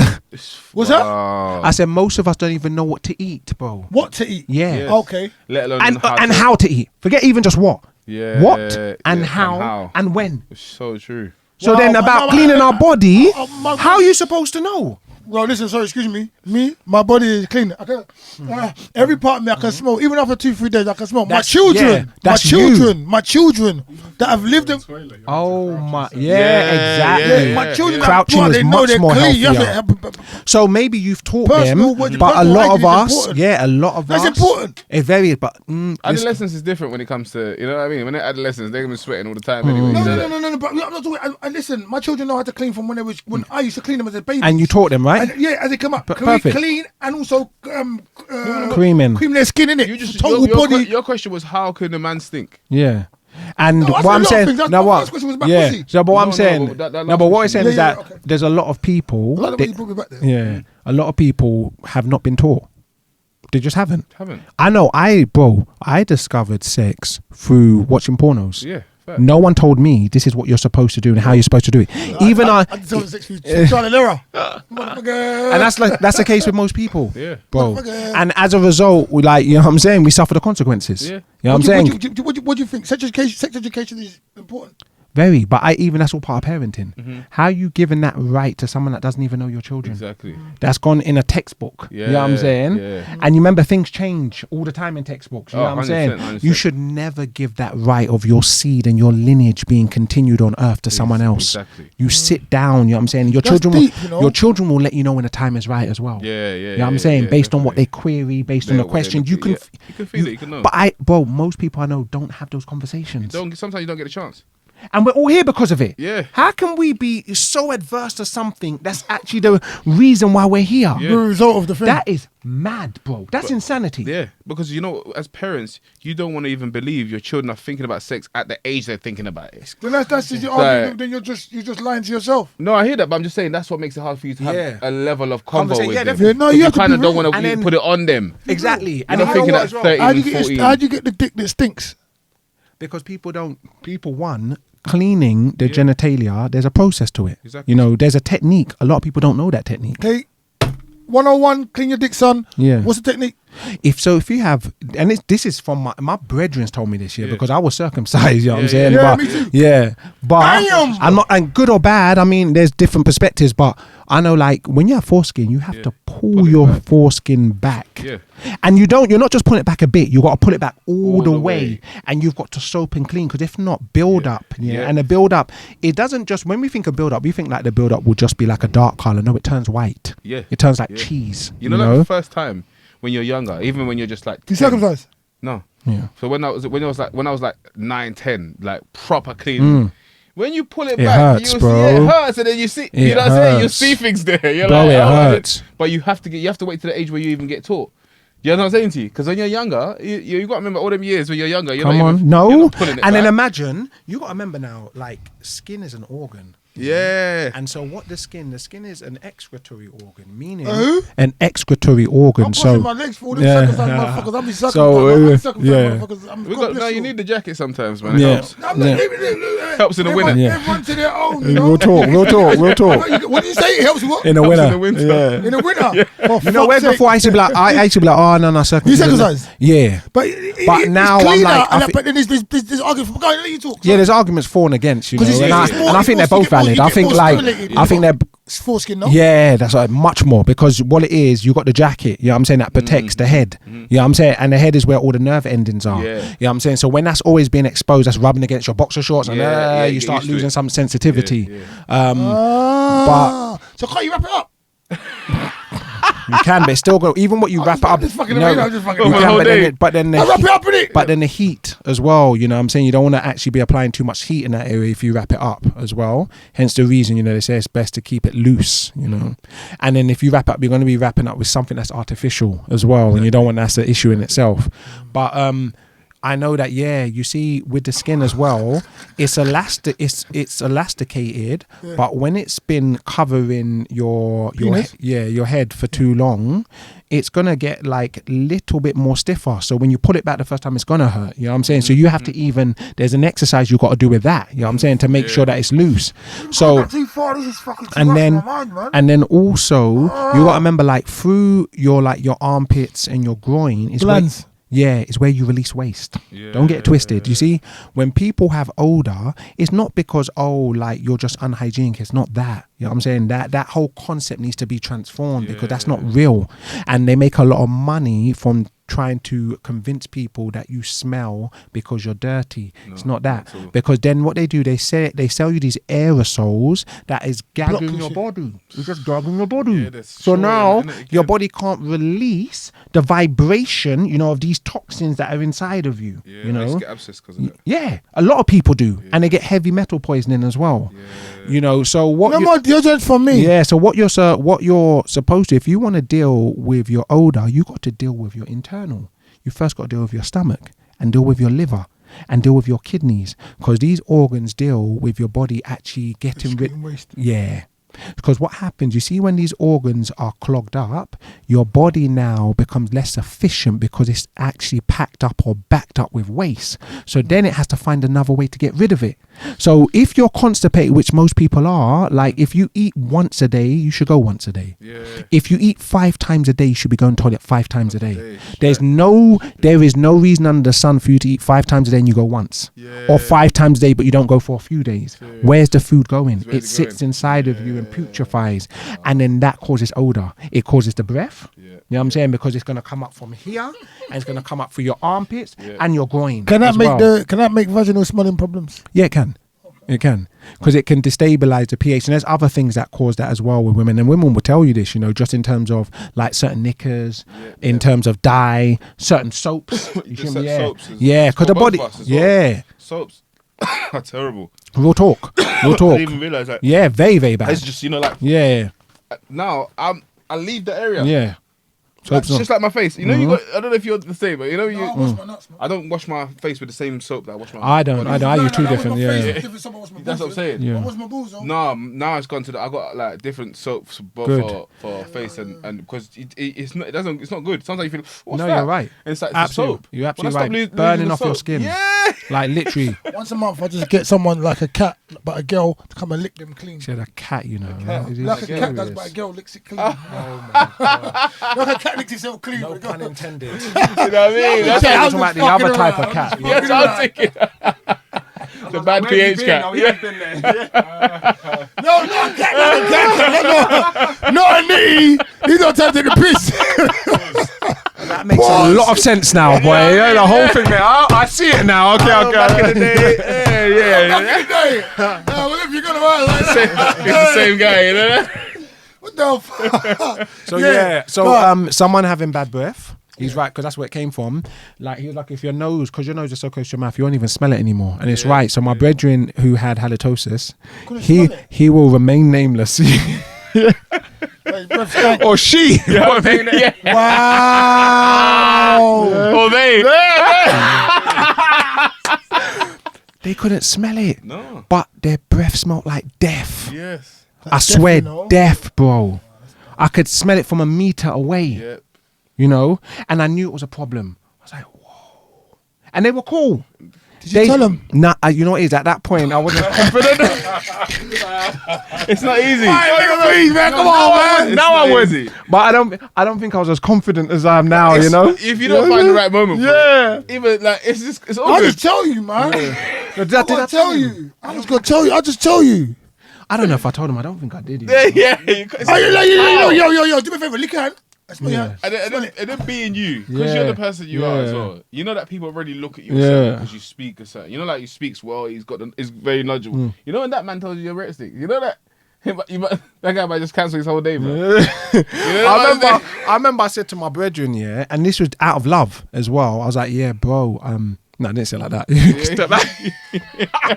I was more compassionate. I was more compassionate. I was like, bro, I've noticed, I've seen you like 4 or 5 times now, and each time you've had odor, bro. Body odor. Yeah. Because and I remember, like, he never always had it. We grew up together. There was a period, so he definitely was going through a period, mental health thing. It was constant as well. Yeah, mental health can definitely trigger it. You can get stressed and start sweating. You know what I'm saying? I've seen it. So I was like, and this odor, this odor was a thing where it wasn't just with him, you know, it will be in the area that he's in as well. Oh, you so know, he contaminated. He was strong as that. yeah, he had presence. Yeah. So, Like, They yeah. used to call that, when I was young, they used to call that Billy Ocean. Yeah, Billy Ocean. So when I told him, he got very defensive. You know what I mean? Like, and I told him from love. I was like, bro, yeah, but you smelt too. And so I said, bro, if I smell, anytime I smell, let me know. Please. It's cool. Just let me know. You know what I'm saying? But out of love, I'm just letting you know. Do you get me? Yeah. Because I also understand that people are going to talk and they're not going to tell you that. Exactly. Do you get me? Yeah. No, that's so true. Yeah. So all of that is to do with health. All of it goes back to health. You know, so just to answer a point, if someone's got any issues with smells, that's another way your body communicates. It's communication from your body. There's certain smells that people have and you can detect what organ has an issue. People have different smells. Some people smell sour, some people smell sweet. You know what I'm saying? It's different smells and it's letting you know. So if someone has like blood sugar issues and that's something that's more prone in my lineage, they're going to smell sweet. It's not a good thing. Could it? Oh, No, it's not a good sweet. Neither. No, and it's blood sugar because it's talking about The sweet. there's What it means. there's a level of what we're dealing with. There is metabolic syndrome, pre-diabetes or diabetes. You know what I'm saying? There's a smell. your body odor can preempt a medical condition. Always, it will. Always. Your body odor. What did I say again? Preempts a medical Your condition. body, I said that. I remember. Your body odor can preempt a medical problem. So you should listen to your body. You should listen to your body. It's a culture again. And our bodies have their own language. Very unique. Yeah. You can come from the same mum and dad as someone. Doesn't mean your body's going to speak the same language. There may be a particular food that your sister or brother can eat. You can't eat it. You know what I'm saying? And you're going to actually destroy your health trying to. Yeah. You know what I'm saying? So it's about turning it inside out. Instead of being like, okay, what's wrong with my body? Be like, what's my body telling me? You know what I'm saying? Then when you actually go look at the food, you start realizing I shouldn't be eating this. Serious. I shouldn't. Like, you know, half the things our body tells us it doesn't like. So you may eat something and get a headache. There's a reason for it. Read what's on the back of it. Most of the stuff you can't pronounce. You know, when I stopped drinking, like, my whole family, I think my two sisters still on it, on the cow's milk. But I think I stopped having. I grew up on it. Same. Cereals. Come like cereal, on, like cereals, special my. Case, Come all on. that. Morning, evening, and afternoon. Yeah. I was there. I just Cereals, good, bro. Come on. I just stopped, I never ever went back. It just I used to want it. What's happening? I used to want it, and then come in. I used to want it, and then eat it, heat up, smell it, and then end up vomiting. It's over there, innit? End up vomiting, man. It was just like it wasn't the right one at all. It wasn't the right one at all. It was a lot. Like it weren't for me. My body just totally said nah. Bro, take a seat, man. Take a seat. Bro, I used to have acne. Yeah. Bad acne. And them times there, boy, I tried Clearasil. Fucking hell. Remember Clearasil, bro? Yeah. I was on. Bro, when I could finally afford Clearasil, I was like, yes, I've got my life together. Yeah. You know what I'm saying? I'm going to have things clear on the day. It went for your skin. Well, it didn't change nothing on my body. It was an advert. Nothing. You see what changed my skin is when I changed my diet. Soon as I changed my diet, my skin started to respond. 100%. And then I started understanding, you know what?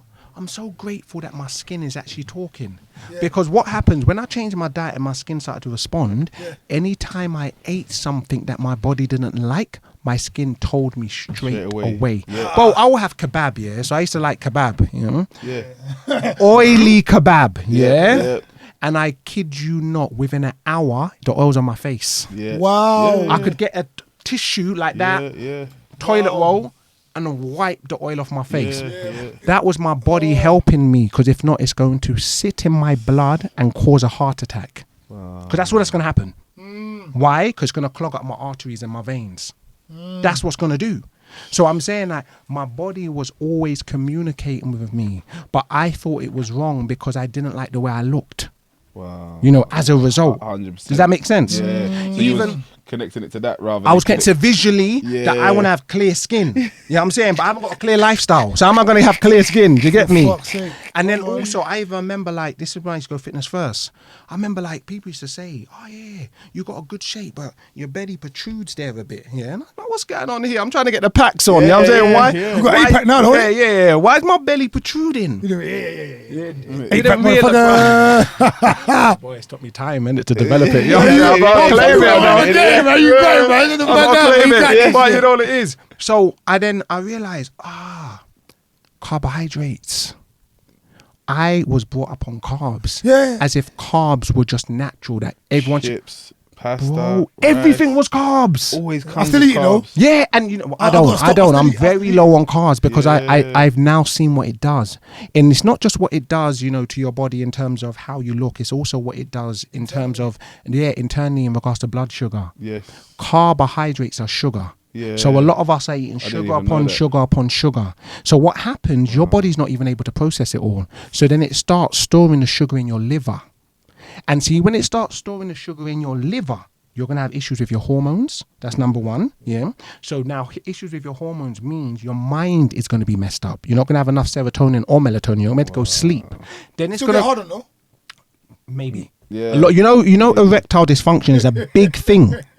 Oh, erectile dysfunction is a big Yeah, but thing the way they're with selling fucking men. Viagra. It's massive with men, and the reason is because their circulation's messed up Stuff in it, yeah. because of our diet. You know what I'm saying, and then also the blood being very sludgy. So when the blood is sludgy, your brain is trying to send messages to your penis, and it can't get there. And then you're using Viagra, you know what I'm saying, which is overstimulating you now. So what happens, as soon as you stop using the Viagra, you're done. And even when you keep using the Viagra, you're going to have to up the dosage more and more and more because you're killing your nerve endings. You're killing your hormones or your endocrine system. It messes you up. So I'm saying all of that to say, this is from diet. A lot of us eat carbs. Hold on. If you're out there and you're using Viagra and you think it's helping you, you need to stop because it will mess up your nerve endings and it will never be the same again. Yeah, you're giving her the... But soon... Whatever. Okay, You know what is what? You know what makes me laugh? Go on. Jamaican man have got a million things for your dick to get out. You know, like anything they're gonna sell you is like this nigga pan up. Literally. Yeah, you know the one there. Doesn't matter what drink they're selling you. So, Guinness punch. Guinness punch. punch, All you of know. this. That's what I said. Just go to the Jamaican shop. You go. Get healthier. You know what I mean? Yeah. I just want to get from you because I'm never going to proclaim because we know what we need to do. We know what we need to do again and again and again and again. So it's not the last time I'm going to see you over it, right? Yeah. But I want, in conclusion to how we're talking today. You put that in there, man. Yeah, it's just real. It's real. Say that. Before you take it, He's looking at me like you're gonna steal him. No, in conclusion to everything, you want to round up and just, was there anything you want to say to close up today for me? Like, it's been an epic show for me. I've learned a lot about the human body, about emotions, about self-love, about being the one, about being on your own and finding out who you are, about understanding the energy within inside you and how that manifests and come out, about self-parenting, because some people have gone through stuff that we're not even aware we're going through stuff, and just being aware of everything that comes, things that are coming from outside and going inside, things that are coming from inside and going outside. It's been really, really, really intuitive for me today. You've taught me a lot, like always. Same. I want more from you, Stu, but on a last note, on a closing statement from you, what would you like to leave us with, Albert? So, closing statement, what I would say and what I would urge is everybody that's watching this now, future, distant future, is spend time and discover your inner child. And what I mean by that is that part of you that came into the world with all the joy, with all the love, and with all the possibilities. Because that part of us is where our creativity is. That part of us is the real us, before the mask, before the labels, before all the ideals. For the false gods. Before, exactly. See, that part of us is where your life force comes from. So even if you're an artist, you know, whether you're a singer, rapper, or you paint, that's where it comes from. So if you want to be able to be fulfilled, that part of you needs to be fulfilled first, you know. And what that means is getting out your comfort zone, play, do something you've never done before, you know, have play, fun, have conversations you haven't had before, and also be prepared to do the work in reparenting yourself if that part of you's wounded.